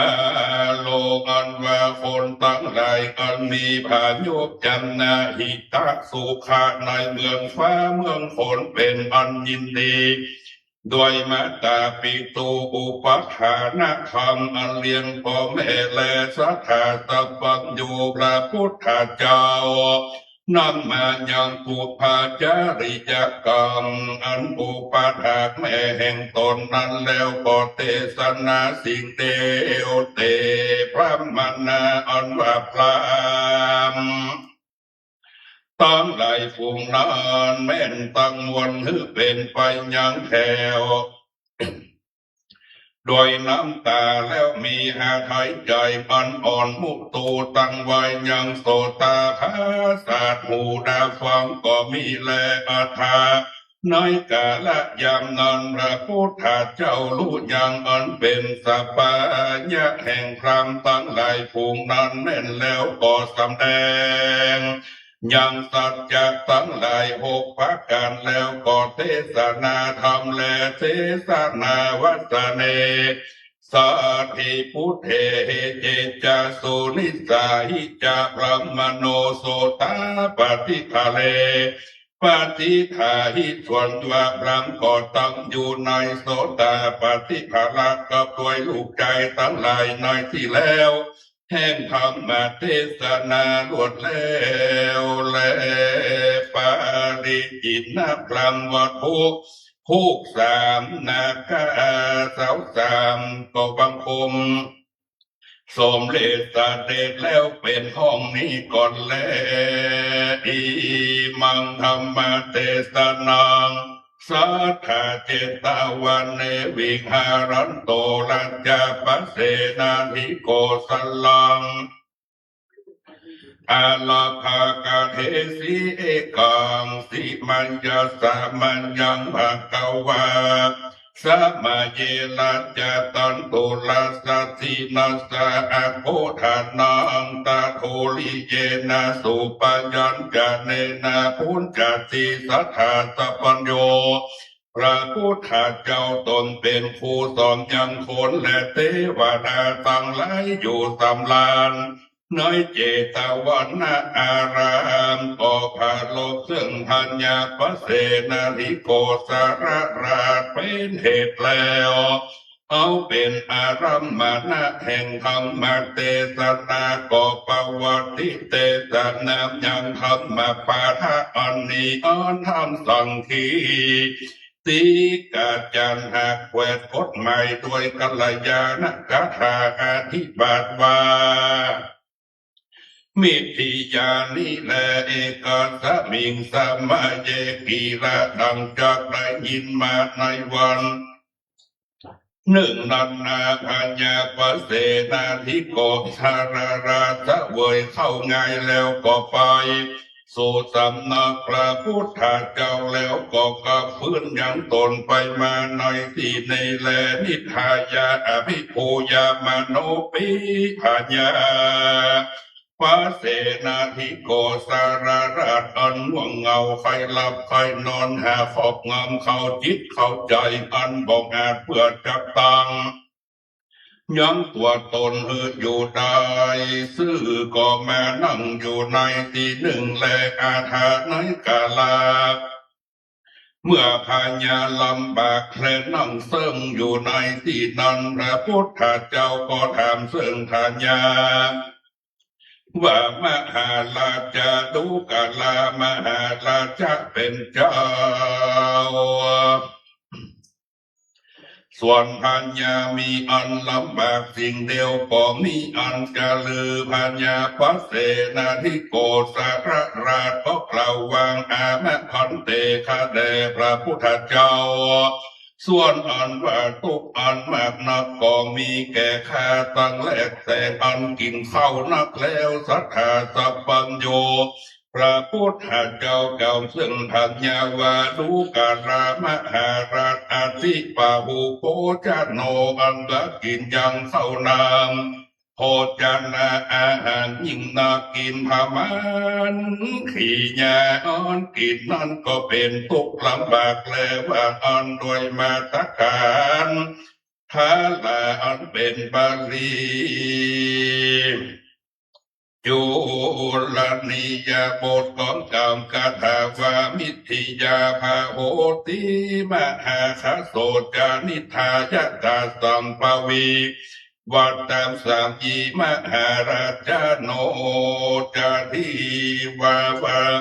ปุตโตปุนับปุนังคาเปติมันโตทุกรามหาราชโยปุริโสใจผู้ใดอัมยังว่างเงาไฟลับไฟนมนักก็ตีกินยังเข้านามโพจนะอาหารมากนักก็ดีอันบ้องอาจเป็นยังอิริยาปะทาอันนั้นเต้ามีปกติอันอ่อนอิดคือไข่หลับไข่นอนก็กิ้งกับตนไปมาเป็นปะทุดตังหมูตัวใหญ่อันกินยังเข้าและลำบากมากนักให้กินเกือบไปมาก็ได้ยังความยินดีในกาละเมื่อใดโสปุริโสใจผู้นั้นอันมีพัญญาปัญญาอันบ้องอาจจับกะตามในลักษณะตั้งตามคือนามรูปังอนิจจังนามารูปังทุกขังนามารูปังอนัตตาไว้ในใจก็ได้เถิงยังต้องแม่เกิดใจในกาละนั้นแลสัทธาสัพพัญโยพระพุทธเจ้าก็กล่าวยังคาถาอันนี้อันดีแล้วแห่งธรรมาเทศนาคาถาอันดีโดยสติแห่งอุปการะเต็มคุณแก่ทัญญาพระเสนาธิโกสารราชวามนุจจสัทธาสติมาโตมัตตจันนโตละทาโพจยานังตานุสากัสสะกวันติเวตนาสนิกังกิลการอายุวาละยังมหาราชดุกราโตนมหาราชอันว่าความเวทนาลำบากก็น้อยบางลงแต่ผู้พักก็ไว้สัทธิปัญญาอันรู้ยังพามันซึ่งอันได้กินข้าวนำโภชนาอาหารอันตนหากใดในกาละตุเมื่อแลโภชนังขีญาอันกินข้าวจำนาอาหารอันรักษายังอายุยืนอยู่คอยหยอบย่อยลงไปแลอุตรมานาวาอุณหาเปตวาพระพุทธเจ้ายังอุตรมานาวะเอายังกาถาอันนี้แล้วก็คราวยังอุปายแก่พุทธารมานาวาว่าตามจงกล่าวอังยังกาถาอันนี้ในเวลาการอันกินข้าวแห่งปัญญาเตอตันยังโภชนากินข้าว ได้ถอยเสียโดยอุบายอันนี้เตอทวนทาอุตรมานะวะกอกระตำตามกรรมพระพุทธเจ้าแลอปาเรนะสมเยนะน้อยกะนะไปนะอ่อนว่าพัญญาประเทศนาธิโกสับนาราชอันตั้งอยู่ด้วยพามานแห่งเขาและมีสารีระตนอันบางเบามีกำลังแรงนักก็เถิงยังสุขสำรันแล้วอันมีวิสาสะอันเกยในพระพุทธเจ้าก็มือใดเป็นไปยังอัศสาธิสาตานานานเสียงใดเจ็ดปันมหาจโนคนตั้งหลายแมกนักอันมาหลอดมาเถิงที่นั่นก็ได้เถิงยังทำวิเศษอันนักใหญ่คือมัคคะลาธรรมะโดยอนุโมทนาเสริงอัสสาธิสาตันเลโกสัลลวัตถุปุกทวนสีนายนะกะวักสองพอบังคมสมเลสเด็จแลอีตังปุเรติอีตังธรรมเตสนังสัทธาเจตวันเนวิหารันโตสักขุนามาสามเนรังอาลาภากะเทสีโสกิลากิสาภุปามสิกามยาเอกาพุทธโกอาวาจนังสาธาคารกาเลเจวะปัมยาเจติสัทธาสัพพัญโยพระพุทธเจ้าตนเป็นโพลเทวดาต่างหลายสถิตตนอยู่ในป่าเจตวันอารามมหาวิหารพระโลกซึ่งสานุสามเณรถือเป็นเหตุเป็นอารมมณะแห่งธรรมเทศนาแล้วก็ปฏิเทศนายังธรรมปาฐะวัตถุอันนี้อันธรรมสังคีติกาจารย์หักแฝดพจน์หมายด้วยกัลยาณคาถาอธิบัติว่าอิตังโพเลนิเจกีระดังได้รู้ได้ยินมาส่วนวาสานุสามเณรตนเป็นลูกใจเดียวแห่งอุปาสิกาโหนึ่งและคาถานังกาละนันส่วนพระอุปาสิกาก็คือลูกตนไปบวชนั้นกาละเมื่อยังหนุ่มน้อยสิ่งเดียวกันวาสานุสามเณรตนนั้นมีศีลอันประกอบด้วยวัดบวชละปัดอันสีก็มีแลต่างและแต่ในกาละอันบวชอันว่าอาจารย์วัดปุตปัจฉายาวัดอาคันตุกาวัดอันเจ้าสานุสามเณรหากกระทำสิ่งเดียวแลอันว่าเจ้าสานุสามเณรลูกในยังเจ้าในวันแปดค่ำแห่งเดือนตั้งไว้ยังน้ำกินในลังน้ำแล้วก็กาเที่ยวยังลงฟังธรรมตามปฏิบัติแล้วก็เป่าฟังธรรมอันเสียงอันหวานอันม่วนภิกขุตัสสะธรรมยายัดกว่าเจ้าภิกขุตั้งหลายรู้ยังกำลังแห่งเจ้าสานุสามเณรแล้วก็รัตนาว่าดุลาสามเณรท่านจุงเปล่ายังปาทาฐานะคือสูดเสียงใส่เตอเจ้าสานุสามเณรก็บอกกะตำยังอันเปลี่ยนเสียหนึ่งว่าโอ้แข่งข้าก็กัดเจ็บ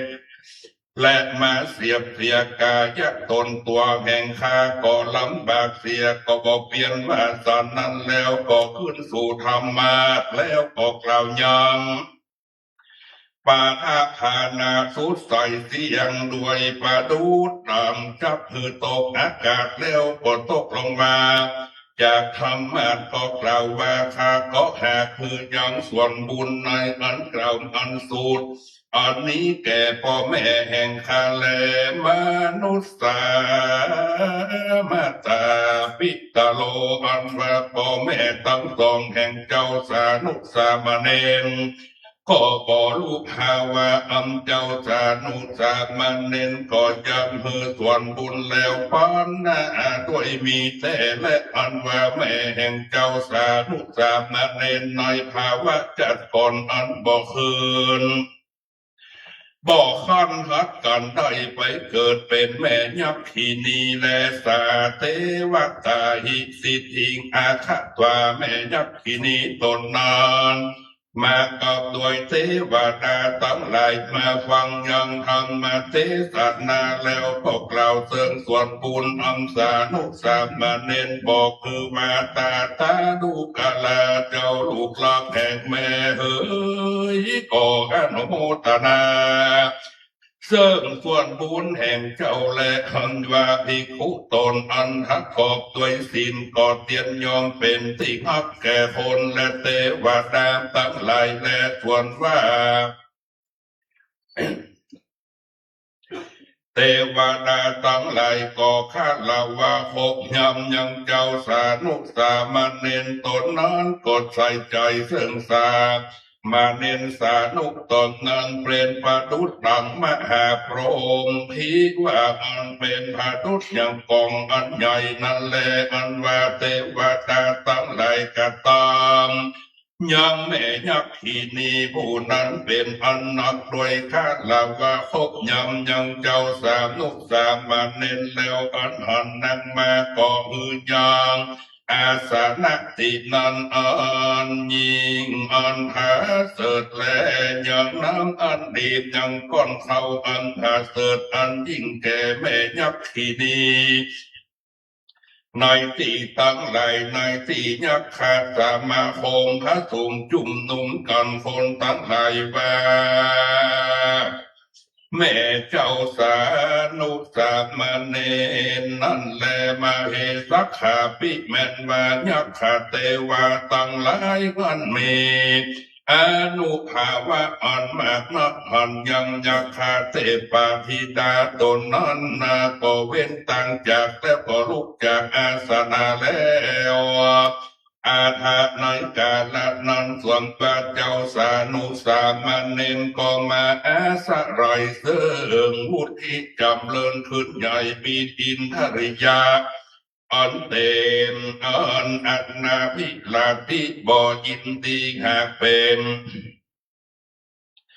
อันบ่อาจเสื่อพ้นจากความบ่ยินดีใดอันนามีผมและเล็บอันยาวอันมีผ้านุ่งผ้าห่มอันมนอันมองนั่นแหละนะกาสัจจิอานาโลเจวัตตาเจ้าสานุสามเณรตนนั้นบอกแก่ผู้ขลาผู้ใดผู้หนึ่งแล้วก็ถือเอายังบาดไปสู่เรือนแม่แลอุปาติกาพุทธังทิสวากวทันวาอุปาติกะหัมยังสามเณรตนลุกไว้แล้วก็กล่าวว่าตาข้าแต่เจ้าบุเพในกาลการเมื่อก่อนเจ้าปู่ก็แนมในเรือนที่นี้กับตัวอุปัชฌายะอาจารย์ตั้งหลายก็ดีบอกอันก็มากับด้วยภิกขุหมู่ตั้งหลายดิลีอาจจะในวันนี้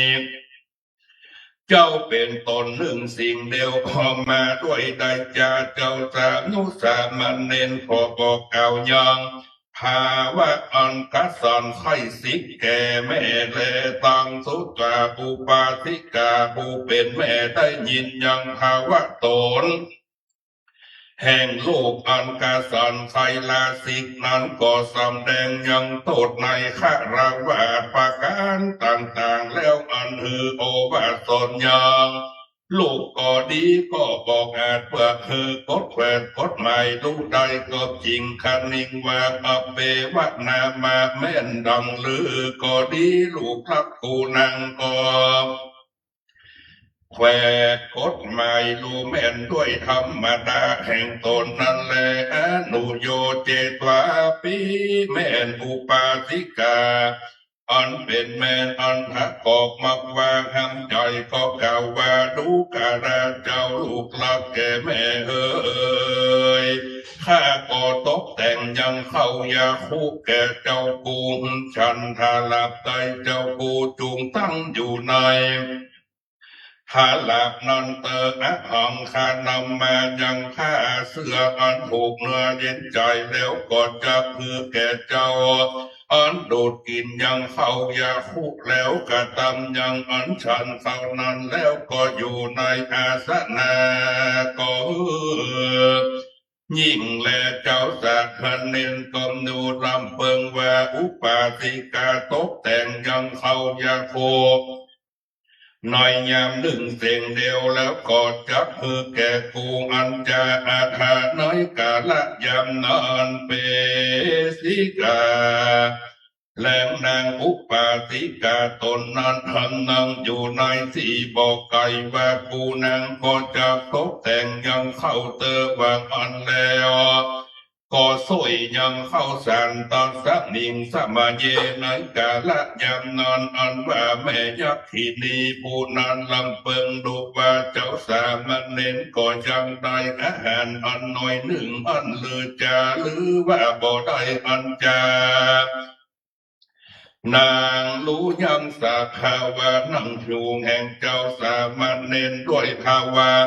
อันมักไฟสิกแล้วคณิงว่าเจ้าสานุสามัญเน้นตนนั้นอย่าได้บังเกิด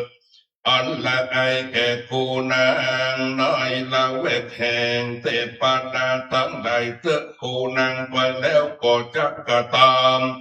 ยังอนตาลายในอันจักสิแก่เจ้าภาษามาเนนเตอะวางอันแล้วก็มาเข้าในตนแห่งเจ้าสานุสามเณรฮือคอกับเบลไปมาแล้วก็กระทำอยู่เหนือแผ่นดินแล้วตาทั้งสองกับเหลือขึ้นด้วยเตจะแห่งนางตนเจ้าสานุสามเณรนอนเหนือแผ่นดินด้วยอันมีน้ำไหลอันไหลตกแลอันว่าอุปาสิกาอันเล่งหันแล้วยังลูกแห่งตนแล้วไปด้วยสับปันอุ้มหอบเอายังลูกตนแล้วก็คือนอนเหนือตักแลสักกะละกะมาวาสิโนขันตวาเจ้าบ้านตั้งใดตั้งมวลกอมกะตำยังกำตั้งหลายอันมีพีกรรมเป็นตนอุปาสิกาปนาอุปาติกา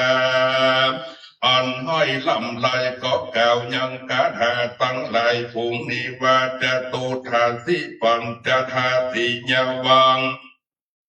ปักขัสสะอัฏฐามิปาลิหาลิกาปักขันจะอัฏฐังกาสุสามากตังอุโปสะทังอุปาลาสันติพระมาจารันติเยนาเตหิยักขาภิลันติอิติเมตังอรหังตังทุตวาสะทังตาทีอาจุปัสสามายักขากิลันหิสานุนังพุทธะดูลาเจ้าลูกหลักเยจนาคนต่างหลายแห่งใดก็อยู่ในอุโปตคาสินอันพระกอบด้วยองค์8ในวัน15 ค่ำพระราบแห่งปักคาอัฏฐามีในเดือนออก8 ค่ำแรม8 ค่ำและในปักคาอันรับสินอันลบสินคือว่าวันคำหนึ่งแรมคำหนึ่งแลคนต่างหลายฝูงใดก็กระทำยังกรรมมาจักดิญกรรมสร้างออกผ่านวดเป็นสะลมยักษ์ขาสอนว่ายักษ์ขีนีวิสัตตั้งหลายก็บ้องหอนถึงเอากรรมเป็นปันเบียดเบียนขาตำลายในกาละบัดนี้แลยังคนตั้งหลายฝูงนั้นด้วยธรรมเทศนากูก็ได้ฟังแห่งอรหันตาเจ้าตั้งหลายดีดีอาจจะในวันนี้กูนางก็มันยังเจ้าสานุสามเณรอัมยักขกินีวิสัตมาเบียดเบียนกาตาพรายนั้นกาละบาดนี้แลอุปาติกาวายาวัจจานังทุตาแม่ยักขินีได้ยิน ยังกรรมอันเก่าจากแห่งอุปาติกาก็กล่าวว่าคนทั้งหลายกลุ่มใดก็อยู่จำยังอุปโภสถศีลอันมีองค์8ในวัน15 ค่ำในเดือนนับ8 ค่ำเดือนแรม8 ค่ำธนาปักขะนางยักษินีวิสาทั้งหลายก็บอกอ่อนถือเอาด้วยลำเปิงว่าธรรมเทศนาอันทุกขานาตั้งหลายกลุ่มนั้นก็แหกไปฟังด้วยดีและฟังอันแล้วก็กล่าวว่าสานุพุทธังอัจจสิยักขานังวัจนังอิตังมะกาสิปะปะกัมอวิหิสติวารโนวาสเจวะปะปะธรรมากุสาสิกาโลสิตานาเตตุขะมาโมคะสัทธิอุปติตวาปารายโตสัมมะตุการานังสหายส่วนวัฏันจุงกล่าวยังกอมอันเก่านี้แห่งยักษ์ทั้งหลายซึ่งเจ้าสานุสามเณรอันที่ออกสั่งไปแล้วว่าสานุโลกาลาสานุส่วนว่าเจ้าอย่าได้กระทำยังกรรมอันเป็นลามกย่อมผากบก็ดีเมื่อในวันก่อนตีในที่สงัดก็ดีตวังอันว่าเจ้าคิดกระทำแล้วก็ดียังกรรมอันเป็นบาปปะมกขังอันว่าพ้นจากทุกแห่งท่านในอันเล่นนี้เหมือนดังบินไปแข่งนกตะไคร่นั้นก็บ่มีแลอันว่าแม่ยักษ์ที่นี้ตั้งหลายยักษ์ที่นี้กับมาโมโคอันว่าผมจากทุกอันกระทำยังบาปกรรมดังนี้แล้วไปนี่ไปเป็นปลาดูดดังบินไปแห่งนกตั้งหลายก็บ่มีแลว่าอันแล้วก็วางจอมยังสานุสามเณรเสียแล้วโสอัคคีโกมิตรเจ้าสานุสามเณรก็มืนดูมยังตาดวงทั้งสองแล้วก็เล็งหันยังแม่อันห้อยสะอื้นอันแหกใจเข้าออกก็ดี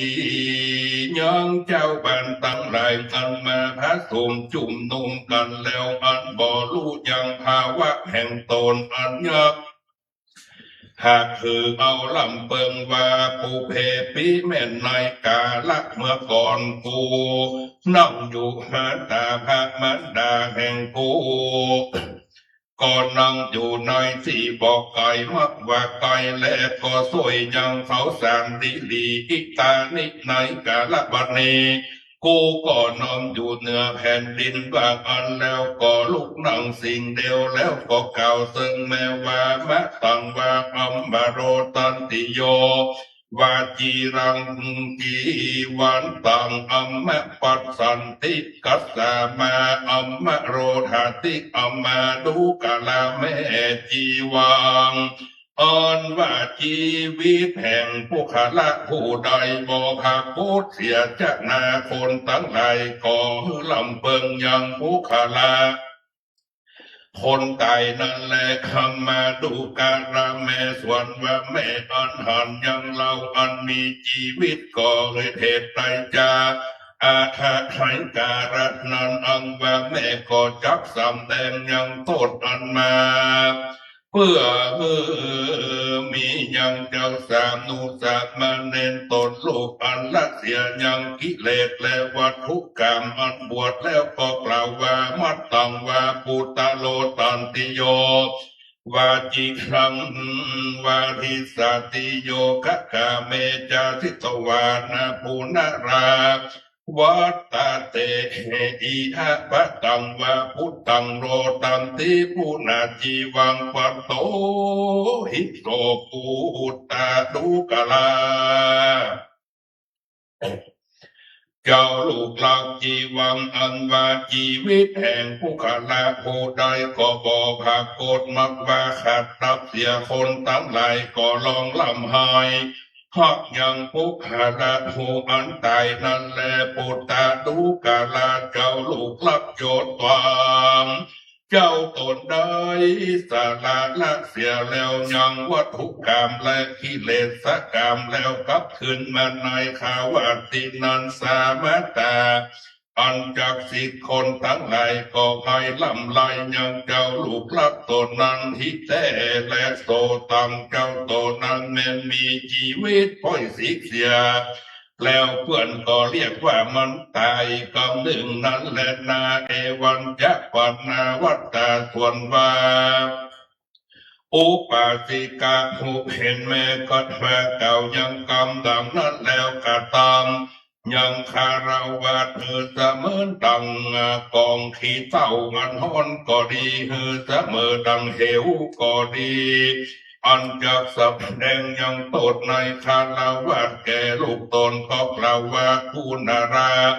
มูพะโตตาตาและกุมนรังปฏิตูมิเจนาสินากากุลจันทโตตาตานะนาลากังปฏิตูมิสิตาตาดุกลาเจ้าลูกลักแห่งแม่เอ่ยอันว่าอันหาคำพ้นจากเครื่องอันเล่าล้นอันมีอิจฉาผาทัดนามาเพื่อเต่งตกลงสู่กองที่เต่าอันร้อนดังลือจาอุกะโตเจ้าหากพ้นยังเหวอันเลิกแล้วก็มีพาทานนาฝ่ายเพื่อเต็มเตะทรงสุยเหวอันเลิกนั้นจะอาทานในกาลนานอันว่าอุปาสิกาผู้เป็นแม่เก่าเสริมสานุสามเณรต้นลูกเพื่อสำแดงยังกำว่าพัดต่างความสวัสดีจุงมีแก่เจ้าเติกแม้ยังปานะปันว่าเบื่อคาทั้งสองก็จักกล่าวกรรมอันนี้ไว้แต่ผู้ขาลาผู้ใดจักกล่าวยังอัตถกรรมอันนี้ว่าลูกผู้นั้นก็หากเป็นลูกแห่งเบื่อคาทั้งสองแลลูกคนนี้เป็นงอนอันไม่ด้วยไฟคือว่าโศกทุกน้ำออกไปจากขาวาดเยาวเลือนแล้วก็บวชในศาสนาพระพุทธเจ้าเป็นปาดุษดังน้ำออกไปยังเข้าของจากเลือนไปไม่ยังเข้าของอันออกเสียจากคารวะเยาวเลือนนั่นแล้วปาดุษดังเลืออันจะเจ้าตุงอดเอาเตะว่าอันก็กล่าวยังคาถาว่าอธิวาวัฏาพอทันเตกัสสะปัจจปะเมวามะเสอหิตานิหะตังพันดังปุณยัมหิหูมัจจาหิพุทธาทุกลาเจ้าลูกรับแก่แม่เฮยพัดตังความสวัสดีจุงมีแต่เจ้าเติกอธิวาวัฏาพัดทันเตเจ้าจุงอดเอาเตะมายังตูขาทั้งหลายอันเบิ่งเก่าสิ่งนี้ใจอันกรรมอันนี้แก่ผู้ขาลาผู้ใดเจ้าตุงไฟมาเพื่อไฟไม่เสียยังวัตถุอันนำออกไปจากเรือนไฟไหม้นั่นแหละอันจะอัฏฐะอธิบายว่าเจ้ากูออกไปบวชพ้นจากทุกข์อันอยู่ในคารวะเยาวเรือนแล้วปล่อยจากสิกมาแล้วก็เหมือนดังเข้าของวัตถุอันน้ำออกเรือนไฟไหม้แล้วปล่อยคือไฟไหม้เสียเพื่ออันจะลืมมาตาในเมื่อแม่ก้าวยังตดอันมีในขาวาดอันมีภาการต่างดังนี้อันว่าเจ้าสานุกสามันเนนแฝดพดหมายดูแล้วก็กล่าวว่าดูกาลาแม่อัดโบขยจนาโดยที่หิภาวะสิทธิ์ก็บ่มีแก่เราแล้วแลอาภะในกาละนั้นส่วนว่าอุปาสิกาผู้เป็นแม่รับเอาวาสาตุตาตาดูกาลาเจ้าลูกละเอ้ยดีนับแต่แลนางก็มีใจจมชื่นยินดียิ่งนักจริงเจ้าสานุสามันเน้นฉันยังเขานาโภชนาอาหารอันพันนิตีลำแล้วก็ทำว่าตาดุกลาเจ้าลูกลักภาวะอันปีพอเศร้าหากเต็มแล้วก็แต่งตามยังผ้าสามสิ่งคือผ้าสังฆติผ ผ้าสองจันผ้าเอกผ้าสาบงและจอมสามนุสามมันเนนมีผ้าสามผืนและบาทเต็มบัวละมวนแล้วก็เถิงยังอุปสัมปตาเป็กแลอาทาไหนกาละนันสัทธาสัพปัญโยพระพุทธเจ้าอันตรัสรู้ยังตุสาหะในอันคมเต็กเสียยังจิตใจแห่งเจ้าสานุสามัดเนนอันเถิงยังอุปสัมปตาอันใดเป็นภิกขุบ่นานกว่าจิตตังนามะจื่ออันว่าจิตใจนั้นก็จะเดินไปซึ่งในอาสารมตั้งหลายแห่งตั้งและจื่อว่าสุดหีสวัสดีก็บ่มีแก่ผู้ขลาผู้อันบ่ข่มเต็งเตกเสียแล้วยังจิตใจนั้นแลตัดสมาเหตุดังอันโยโกอันว่าเปลี่ยนอันภิกขุตนอันจะข่มเต็งเต็กเสียยังจิตใจคือเขาอำนาจแห่งตนเป็นประดูดังพ่อหมอจ้างข่มเต็กเสียยังจ้างตวงอันเมาน้ำมันอันอ่อนด้วยคอและคอนแลด้วยมาทะลาเป็นบาลีจุนิบาตกอมกำยังพาทัลลาพรหกถาวาอิตังปุเรจิตาจาริจารีกังยังนิจักกังอัฏฐกามายะหาสุกังอาธรรมชาจะพังนิคาหิสามิโยปิโสนาทีปะพินนาทิวังกังสังฆโหภิกขเวดูแลภิกขุส่วนการจิตใจอันนี้เตียนย่อมจะเดินไปในอารมณะอันใดยักหากรรมมา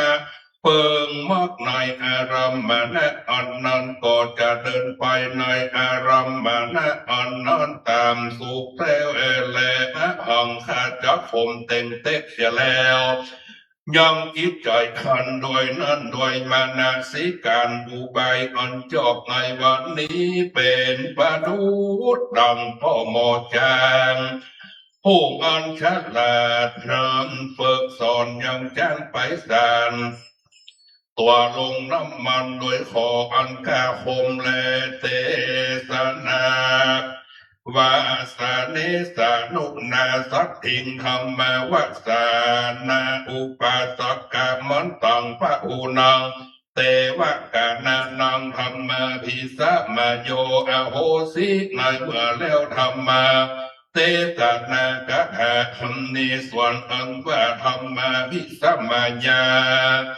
อันพระสงฆ์จุ่มนุ่มฟังธรรมในตายังธรรมวิเศษ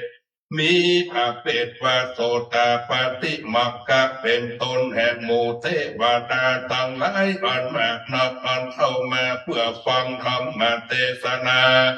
กับด้วยเจ้าสานุสามเณรภิกษานุภิกขุก็มีแลโสปายัสสมาแม้นว่าเจ้าสานุภิกขุตนมีอายุเรียนเอาปีตากะตั้งสามพันเป็นพุทธวจนะแล้วก็เป็นมหาธรรมกาธิกาเทศนาตั้งเสียง100 ปีเป็นอรหันตาแล้วยังจุมปูทิพทั้งใดทั้งมวลเพื่อความเขือกผากฏแล้วก็ปรินิพพานด้วยอย่างธรรมะจะลูปและปาลูปักขันธาเสียงวานั้นและนาสานุวัตถุในนาขวักก็บังคมสมเลสเดชแล้วเต่านี้ก่อนแลนานัมยังสาธุกลังกะโลมาเสสาธุสาธุสาธุพระธรรมเทศนาธรรมปทะปุกทวน4เทศนาจบลงโดยท่านพระธิการสมหมายชุตินทโลวัดครุฑเวรุวันหนองเขียดอำเภอบ้านโฮงจังหวัดลำพูน ในเทศนาจบลงไป ก็ใช้เวลาประมาณ30 กว่านาที40ประเมินเท่าไหร่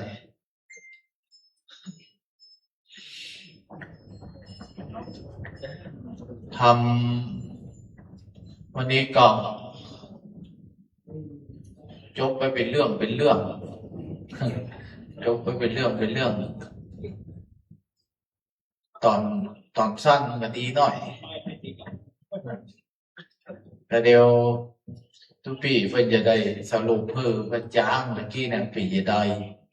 หลังจาก พระราชาปล่อยมาแล้วปีอย่างใดเดี๋ยวนิมนต์ตุลุงใหม่เดี๋ยวทุกมูลตุลุงใหม่สรุปนะทุกปี60 ป่ายนะมันแจ้ทุกปี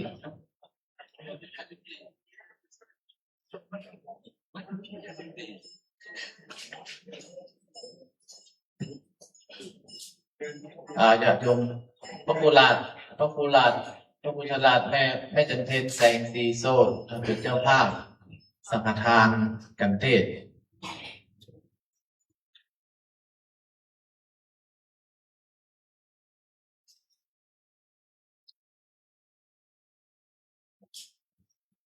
ทุกปีใหม่เทศถ้าเมื่อธรรมาเป็นเนรน้อยเสียงอย่างเงี้ยเทศเดียวกับเสียงอย่างเงี้ยก็เสียงกับประตูก็ห้องเดียวเป็นดาวค้างฟ้านะพี่ดาวค้างฟ้าเสียงใหญ่เดียวว่ามันเหลือละครับโอเคครับมหาราชนครพี่เต้นมาที่เป็นเตื้อ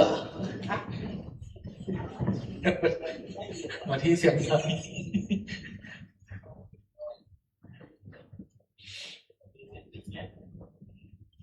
เสียงดังฟังชัด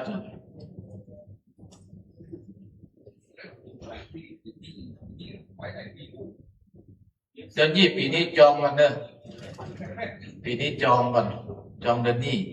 พุกในหมูเด้อมหาราชกับนครสองพุกนะนครดีกว่าเข้าเมือง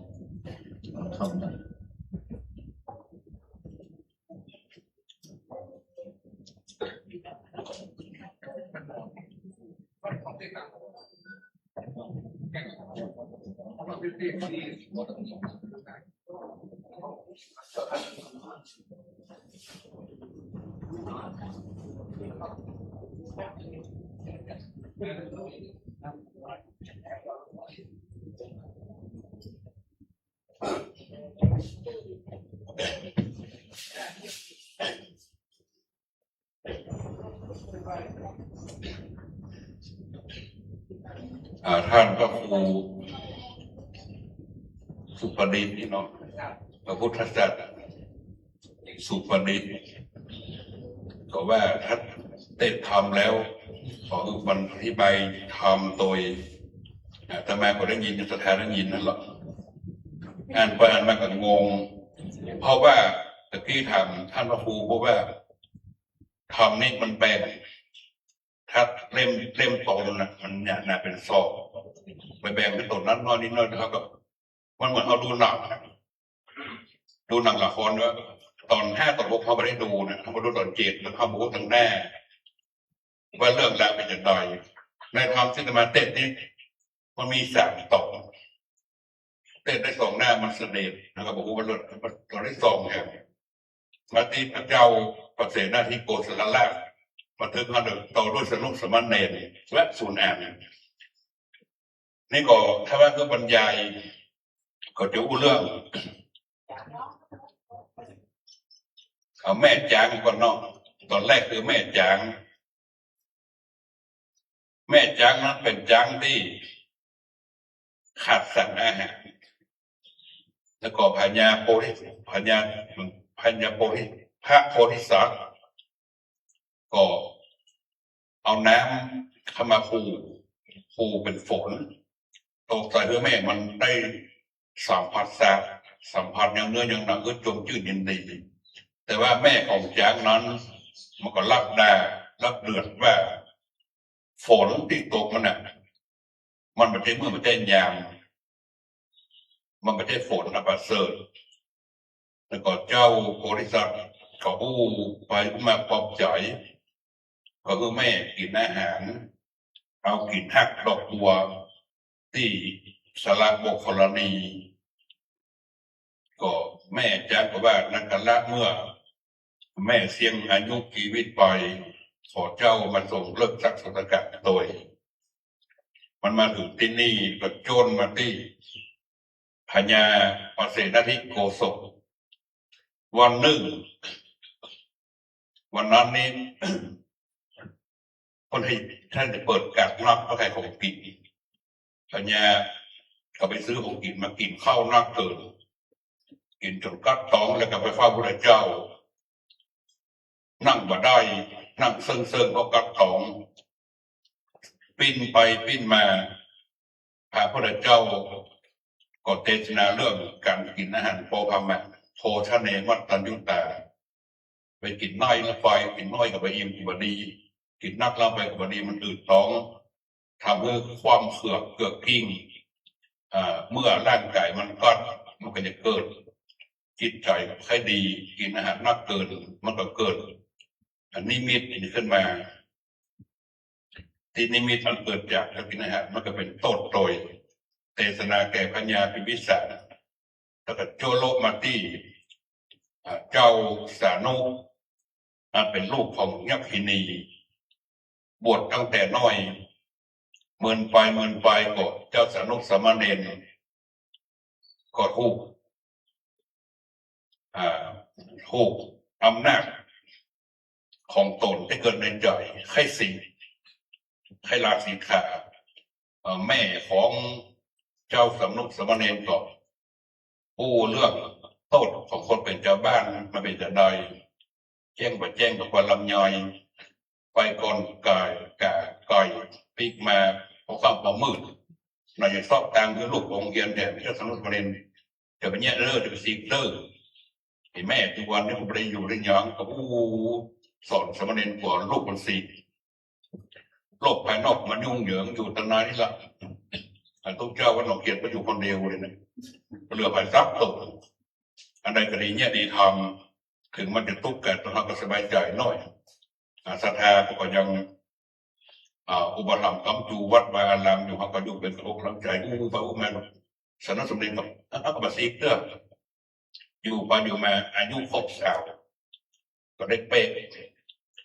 แล้วก็ได้ปฏิบัติธรรมทำสงฆ์เป๊กไปก็จนมีอายุ100 ปี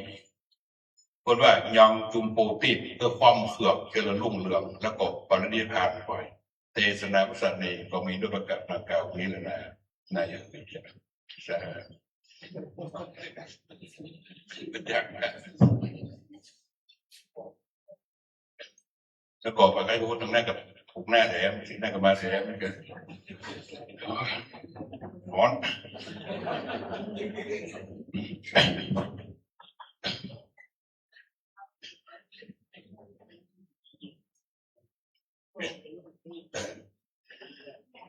ยะถาวาริวะหาปุราปาริปุเรนติสากลังเอวะเมวะอิโตหินังเบตานังอุปกัปปติอิจิตังปฏิตังตุมหังคิปะเมวะสมิจฉตุสัพเพปุเรนตุสังกปาจันโทปนะระโสยะถามณิโชติละโสยะถาเอวะหุนโตสัมปติชามิอิมินาอคิทุปะบุภาราชตาเนธรรมะกะหิกาเตสนาตาเนตายะวัตถุตาเนสัปริวารตาเนนะอาเพจจะอาสาธาลนะสภาโลกิยะโลกุตละสัมมาสัมปตินังนิปานะปัจจโยโหตุโวเอวังหุนตุส่วนอีคาลาขิคากาลบาปนิยมนี้ก็นับว่าเป็นวันดีที่อันวิเศษเหตุว่าไม่มีตั้นเจ้าสมณศรัทธาและมหามูลศรัทธาตั้งหลายก็ไปรักเสียอย่างที่จาริตประเวณีตามกองดีแห่งอริยคงอันเป็นมาแต่ก่อนเนื่องในวันธรรมเทศนาธรรมทัศวนะวันพระวันศีลกลางพรรษา ได้มีการฟังพระธรรมเทศนาเป็นประจำทุกค่ำคืนก็ได้น้อมนำมายังทุกปะบุพาราจาดวงดอกไม้ดวงพระราชาพระบรมตาในหลักถักนำมาถวายเป็นตามแก่พระแก้วเจ้าทั้งสามประการไม่ว่ากรรมอาราธนาของมหาสมณสัทธาท่านเจ้าทั้งหลายและมหาบุรสัทธามีด้วยอาการสันใดขอสมดังกรรมอาราธนาทุกนทุกประการนั้นจงจะมีเต็มแต่ดีลีโสยาติธรรมโมจะอัญญังนิทัศสิโตเปตนาปูชาจักกตาอุลาลาพลัญจาปิโภนามนุปะอินังตุมเหหิปุญญังปัสสุตังอนัปปกันติสัพพิติโยวัจันตุสัพพะโลโกวินัสสตุมาเตวัตตันตรายโยสุขีติขายุโกภวะอภิบาลอนัสสิริสานิจจามุทาปัจจายโนจัตตาโลธรรมวัฏันติอายุวันโนสุขังภะลา สาธุสาธุสาธุที่กำลัง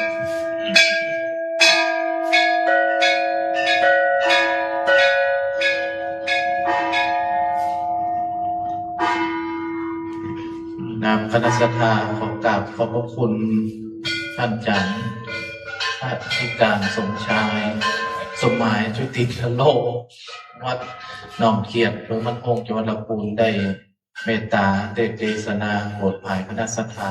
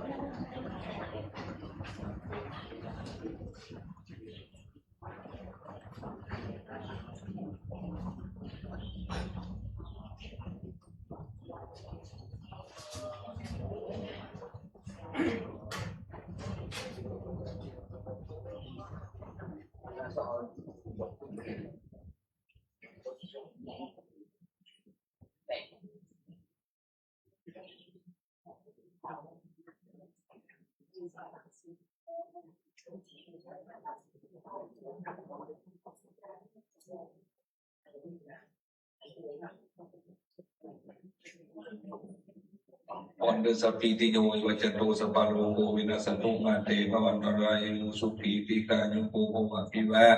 ตานาสีริสานิจังวุธาวัจจายโนจตาโลธรรมาวัฏานเตนุวันโนสุขังพระลามโดยเอาขันแก้วเข้ามาทำด้วย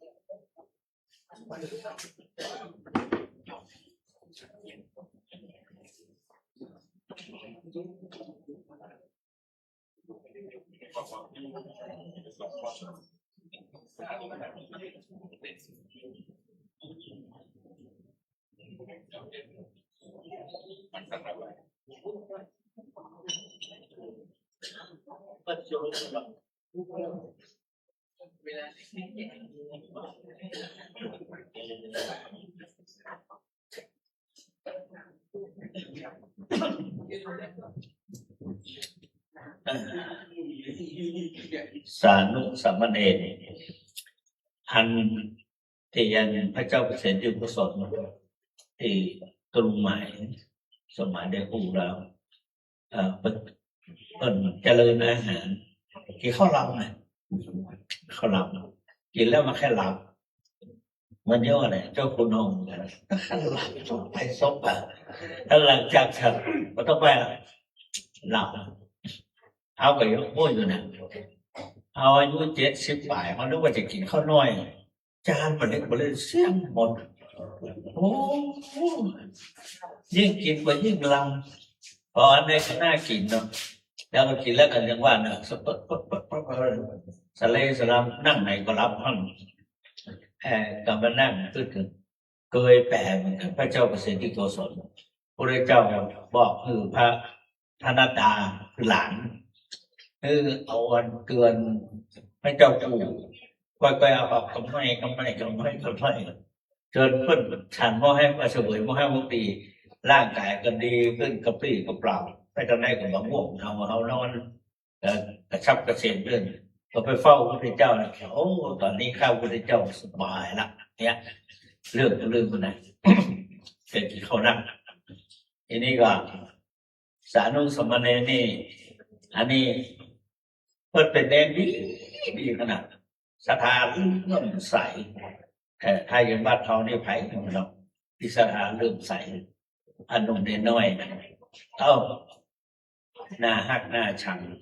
เนน้อยคนที่อยู่เป็นมองทุกก่อนเนี่ยเรียกว่าใหญ่นะแม่เนี่ยพอใหญ่มาก็เปิดหูเปิดตาโลกนั่นใครสิไปหาแม่พุทธนี่ในธรรมเนี่ยบอกพุทธนี่ไปนี่มีอุปัชฌาย์ไปตัวพร้อมมีพระพี่เลี้ยงไปตัวพร้อมไม่ใหญ่คราวนี้มาคนเดียวผมก็บอกโกนผ้าผมก็ซักเล็บติดเล็บเบอร์ขัดยาวไม่ใครสนใจนุ่งผ้าก็บอกเป็นระเบียบเรียบร้อยแล้วนักสังเกตบอกลูกเขาเป็นอะไรหรือว่าแค่สีแม่แค่สีแบบแม่เพิ่นมี2 คนไงคนที่จ้างที่ว่าเป็นลูกยักษ์เป็นมันคือจ้างแล้วแม่เพิ่นเข้าแล้วเนี่ยเพิ่นเป็นลูกคุณแม่หลายจ้างทีนี้ก่อนพอดีโยมไม่ยิงนะ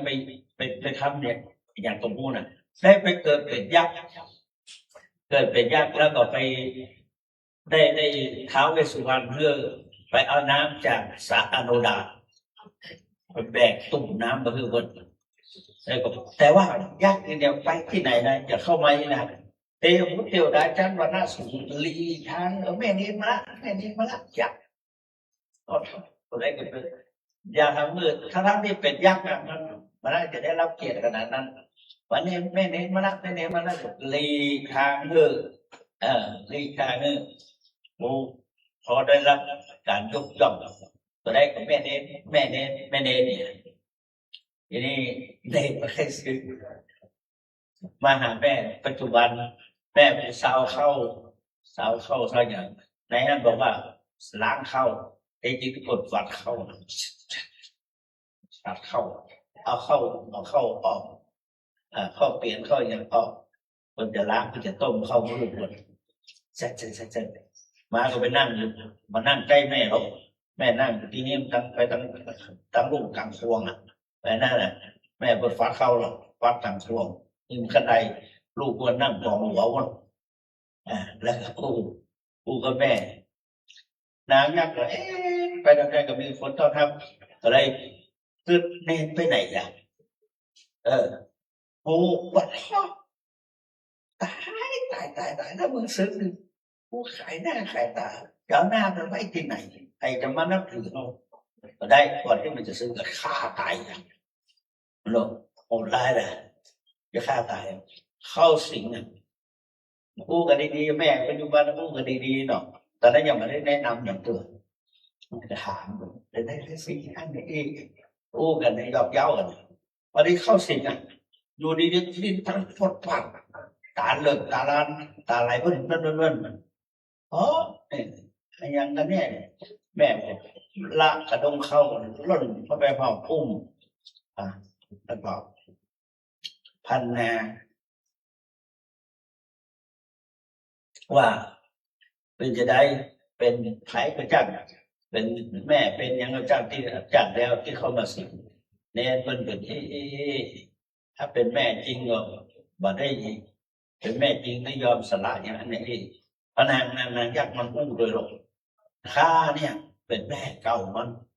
เป็นแม่มันหลายภพหลายชาติ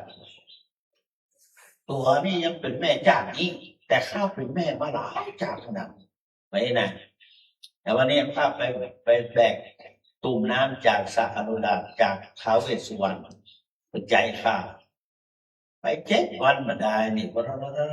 จะสิกินได้ก็เลยเนี่ยเห็นว่าอู้ไปอู้มาแล้วก็พอเดินสัญญากันถ้าตัวสามารถจะลบเล้ามันเมื่อมันเปลี่ยนคิดเปลี่ยนใจมาซื้อขาลาเพศข้าก็จะออกแม่เป็นตัวหนึ่งยอมงพอออกไปมือดาว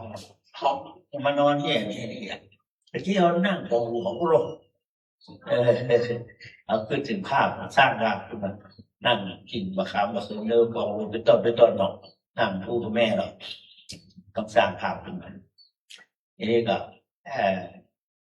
แม่ก็เล่าพูดฟังโอ้แม่ให้ตัวเดียวแต่ธรรมดาไม่ให้ไม่หยังแล้วมันก็มานอนนี่วันนั้นนะพูดอย่างที่ท่านเจ้าคุณเล่าให้ฟังเป็นอย่างนี้โอ้ต้องสึกแล้วเป็นตู้เป็นพระอยู่ในสบายคือมีโอกาสได้สบายเนี่ยมีโอกาสได้ฟังเพลงบารมีเปิดผลภัยไปทำได้ไปผลนับตัวถือบางคนผลนับตัวถือถ้าออกมาเป็นอย่างที่สมัยว่าตะเกียบมาเป็นตุ๊กแตะตุ๊กว่าจะไปไหวว่าสมมติอย่างไรทุกคนปัจจุบันเนี่ยสิ่งต่อไปมันจะไม่อยู่อย่างไรกินอย่างไรก็แต่ว่าสารุสำเร็จอายุ19ยากสาวนี่พอเรียกว่าโน้มน้าวจิตใจเรียบร้อยก็ถามว่าเนี่ยอายุเท่าไหร่แล้วเนี่ยสาวมันเป็นยังไงก็เลยรวบรวมผ้าไปหาอุปชาได้มากับอุปสมบทท่านก็ได้ตั้งใจประพฤติปฏิบัติจะอยู่ในความวัดของธรรมความเป็นไปโอ้ตัดแสงธรรมเกิดขึ้นคือได้บรรลุคุณธรรมสูงขึ้นจนได้เป็นอรหันตาอยู่กับชูปู่จาพระศาสนาได้รับ100 สาวเนี่ยห้ามเซ็งคือตายแล้วเนี่ยไม่ยากเกินตายฆ่าตายแล้วไม่นั่นกันเนี่ยเขาได้ฟังแต่ความจริงเนี่ยอันนี้เรื่องนี้มันแปลหลายรอบขนาดเลยตอนที่ประโยค3เข้าฟังประเทศเขาก็พบสารุสามเณรวันนี้ก็เอาระยะ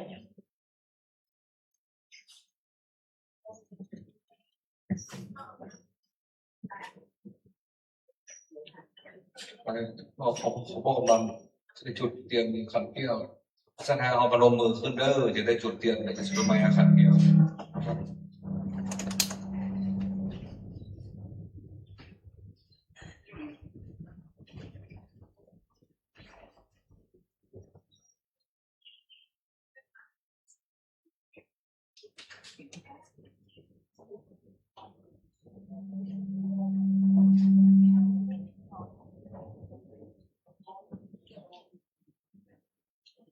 ศรัทธาเขา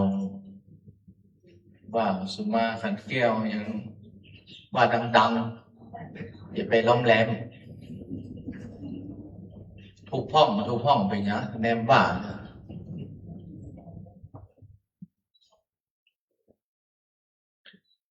ก่อยมันได้ยิน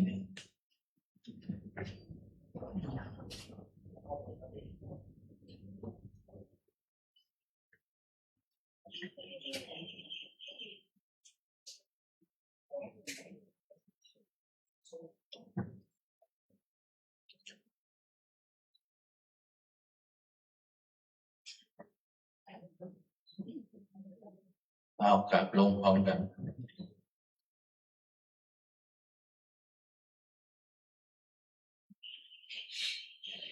สา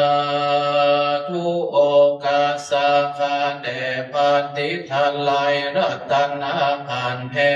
วพ ระแก้วเจ้าสามภาคการและพระแก้วเจ้าหาจำพวกมีภาสัทธาสัพพัญโยเป็นเก้าเป็นประธานแก้วทั้งสามจุแห่งจุตินอบน้อมกี่ปูจาคุณพระกาวาหันว่าคุณพระพุทธเจ้ามี56คุณพระธรรมเจ้า38นอบน้อมแผ่ใส่เก้าคุณพระสังฆเจ้ามี14นอบน้อมกี่ปูจาคุณพระวิหาร80,000ยกย้อนยืน4,000 ดวงนับพันพวงพระบาทตั้งพระธาตุและเจดีย์ตั้งเก่าไม้สลีมหาโพธิ์ผู้ข้าขอสุมาโตดปอโพธิ์คุณนาบัดนี้ศรัทธาผู้ข้าตั้งหลายตั้งยิ่งใจได้มารักษาศีลหือทานเมตตาวันนาฟังธรรมเทศนาก็ปริปุณณาบัวละมวลแล้วขอลาข้าแก้วขึ้นเมื่อสู่เกหาจิงมีบุพาลาจาดวงดอกเข้าตอกดอกไม้เตียงงามมาปันเป็นสามโกธาปฐมาวิภาคเบื้องต้นหัวตีขอสุมายังพระมุนีขอพายโพธิ์ขอขมาโตโตสาส่วนตุติยาโกธาขันทวน2ผู้ข้าปองแต่งไว้ยกยืนทนตำเพื่อจะขอสุมายังพระธรรมบันหอมจืดดำใด84,000 คานส่วนตติยาโกธาขันทวนสามีผู้ผางามบ่อสาวเพื่อจะขอสุมายังพระสังฆาเจ้ามามวลมีลามเตื้อผู้ข้าได้พิษควรโดยกายยวาจีมโนได้ผิดสารจิตใจบ่เที่ยงมันกึศสอดดันผิดไปได้ลงไหลบ่ตันสังเกตได้ละเพศอย่างเดียวได้นั่งนอนยืนเตียวผู้เหยียดหัวพิษละเบียบกองทำแม้นได้ลูกกำบีบนวลยามเมื่อเจ็บปวดกายาเกสาโลมาดวะโดนได้ปะปนเสียงดังหลอดได้ผิดโดยวาจีกรรมปากลางเตือนได้จะไม่โขกขาดได้ปวดน้ำมาขาดน้ำลายได้ขึ้นกายยกยำได้ขึ้นตีต่ำเตียวทรงด้วยอิริยาบถตั้งสี่บทโรแจ้งที่เป็นพระมาตเรื่องเตือนได้นั่งนอนยืนเตียวเนื้อพระวิหารแลบหวังแก้วบ่ได้เพลวกวดแล้วลวดลานีกลัวจักบ่ดีไปนาล้างเตื้อผู้ข้ามีจิตใจอะไรเกหาหลอดได้ผู้จาอุวันกำเล่นม้วนวันธรรมกลัวเป็นวาจีกรรมปากแต่ดีล้างเตื้อได้สู่บุรีอมเมียงมาขาดน้ำลายบาปตั้มลงในเขตโคงานวิเศษก็นับเป็นเหตุประมาตาในกล่าวกรรมโมสาไล่เล่นใจตื่นเต้นกลางประชุมชนเมื่อกาตำกุศลบุญใหญ่กายยักวาจีภัยบ่ตันรอมจิตใจจรแตกตื่นได้เงาเรื่องอื่นเดินมาอู้กันเสียงเนืองนานก้าแก่นกลัวบัดหูแม่นกองทำขออย่าเป็นกรรมต้นใหญ่ไปไขว่คว้างมักการตังนิวรณ์วางตุดตองขอกับกายเป็นแห่งห้องโหสิกรรมขอสุมายังพระพุทธธรรมบัสสัมฆาเจ้าศรัทธาผู้ข้าตั้งได้ตั้งยิ่งใจขอน้อมกราบน้อมเก่า จุงจะมีเตียงเตดีลีขอสุมาตาปาตาลีวากายะตัวเลวจิตเลมาโนตัวเลสันจิจาอาสันจิจาอาติตาโตสังนาโตสังปัจจุปันนาโตสังสัพพังโตสังขมันตุโนยะมหังสัมมาสัมพุทธังภะคะวันตังสรณังคโตข้าพเจ้าถึงแล้วซึ่งพระผู้มีพระภาคเจ้าผู้ตรัสรู้เองโดยชอบพระองค์ใดว่าเป็นที่พึ่งกำจัดภัยจริงอิมินาสกาเลนะตังภะคะวันตังอภิปูชยามาข้าพเจ้าบูชาพระผู้มีพระภาคเจ้าพระองค์นั้นด้วยเครื่องสักการะเหล่านี้ยามหังสวากาตังภะคะวะตาธัมมังสรณังเจ้าถึงแล้วซึ่งพระธรรมที่พระผู้มีพระภาคเจ้าตรัสดีแล้วได้ว่าเป็นที่พึ่งกำจัดภัยจริงอิมินาสกาเลนะตังธัมมังอภิปูชยามาข้าพเจ้าบูชาพระธรรมนั้นด้วยเครื่องสักการะเหล่านี้ยามหังสุปฏิปันนังสังฆังสรณังคโตข้าพเจ้าถึงแล้วซึ่งพระสงฆ์ผู้ปฏิบัติดีแล้วหมู่ใดอิมินาสกาเลนะตังสังฆังอภิปูชยามาข้าพเจ้าบูชาพระสงฆ์ผู้นั้นด้วยเครื่องสักการะอะระหังสัมมาสัมพุทโธภะคะวาพุทธังภะคะวันตังสุวาคาโตภะคะวะตาธัมโมธัมมังนัมมัสสามิสุปฏิปันโนภะคะวะโตสาวกสังโฆสังฆังนามาธัมมายังพุทธัสสะภะคะวะโตปุพพาคณมะกรันเจวะพุทธานุสตินายัญจากโรมาเสนะโมตัสสะ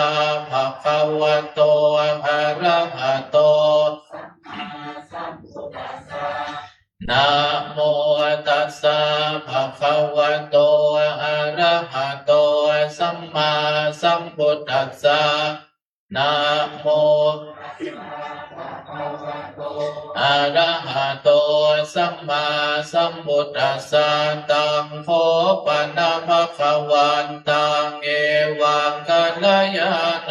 กิติสัตโตอะภุคโตอิติปิโสภะคะวะอะระหังสัมมาสัมพุทโธวิชาจารณะสัมปันโนสุขโตโลกวิโตอนุตตโรปุริสธรรมสารติสักกะเทวมนุสสานังพุทโธภะคะวาติหันตมยังพุทธาภิกิติงกโรมาเสพุทธวาระหันตวารตาดิคุณาภิยุตโตสุทธาภิญาณกรุณาหิสัมมาคตโตโอเทสิโยสุจนะตังกัมมลังวสุโล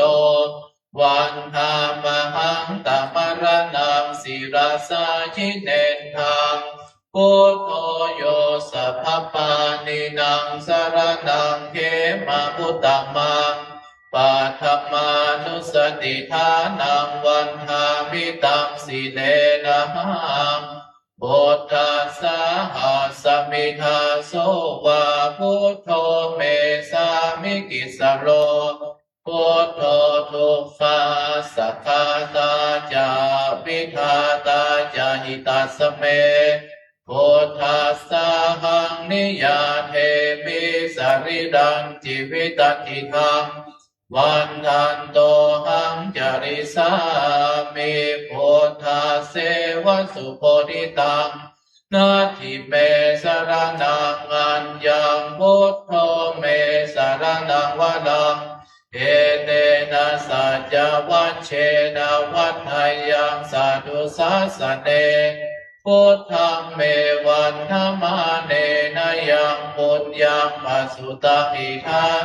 สัพเพปิอันตรายาเมมะเหสุงตัสสะเตจัสสะกายเยนะวาจายวัจเจตัสสะวาพุทเทกุกัมมังพุทโธปฏิคันนะตุจยันตังกาลันตะเลสังวริตุงอัตตมยังธัมมานุสตินายังกโรมาเสสวากขาโตภะคะวะตาธัมโมสันนิติโกอาการิโกเอหิปัสสิโกโอปะนายิโกปัจจตังเวดิตัมโพวิญโยหิติหันตมยังธัมมาวิกิติงกโรมาเส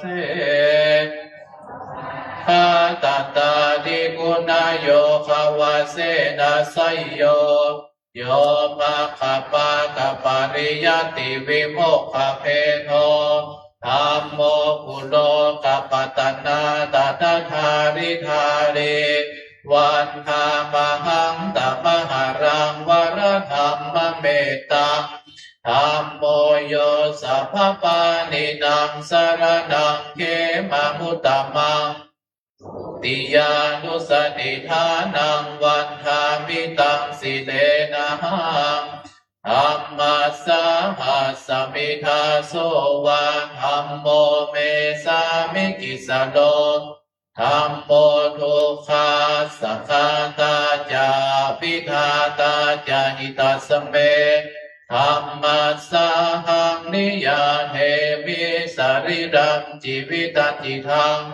วันทันสามิธัมมาเสวสุธรรมตังนาทิเมสรนังอัญญังธัมโมเมสรนังวะลังเอเตนะสัจจวัชเชนะวัฏฐายังสาธุสาสเนธัมมังเมวันธมาเนนะยังปุญญังปัสสุตังอิทังสัพเพปิอันตรายาเมมะเหสุงตัสสะเตจัสสะกายเยนะวาจายวัจเจตัสสะวาธัมเมกุกัมมังปะกะตังมะยายังธัมโมกาลันตะเลสังวริตุหันตมยังสังขานุสตินายังกโรมาเสสุปฏิปันโนภะคะวะโตสาวกสังโฆโตชุปฏิปันโนภะคะวะโตสาวกสังโฆยายาปฏิปันโนภะคะวะโตสาวกสังโฆสัมมิจิปฏิปันโนภะคะวะโตสาวกสังโฆญาติธังจัตตาริปุริส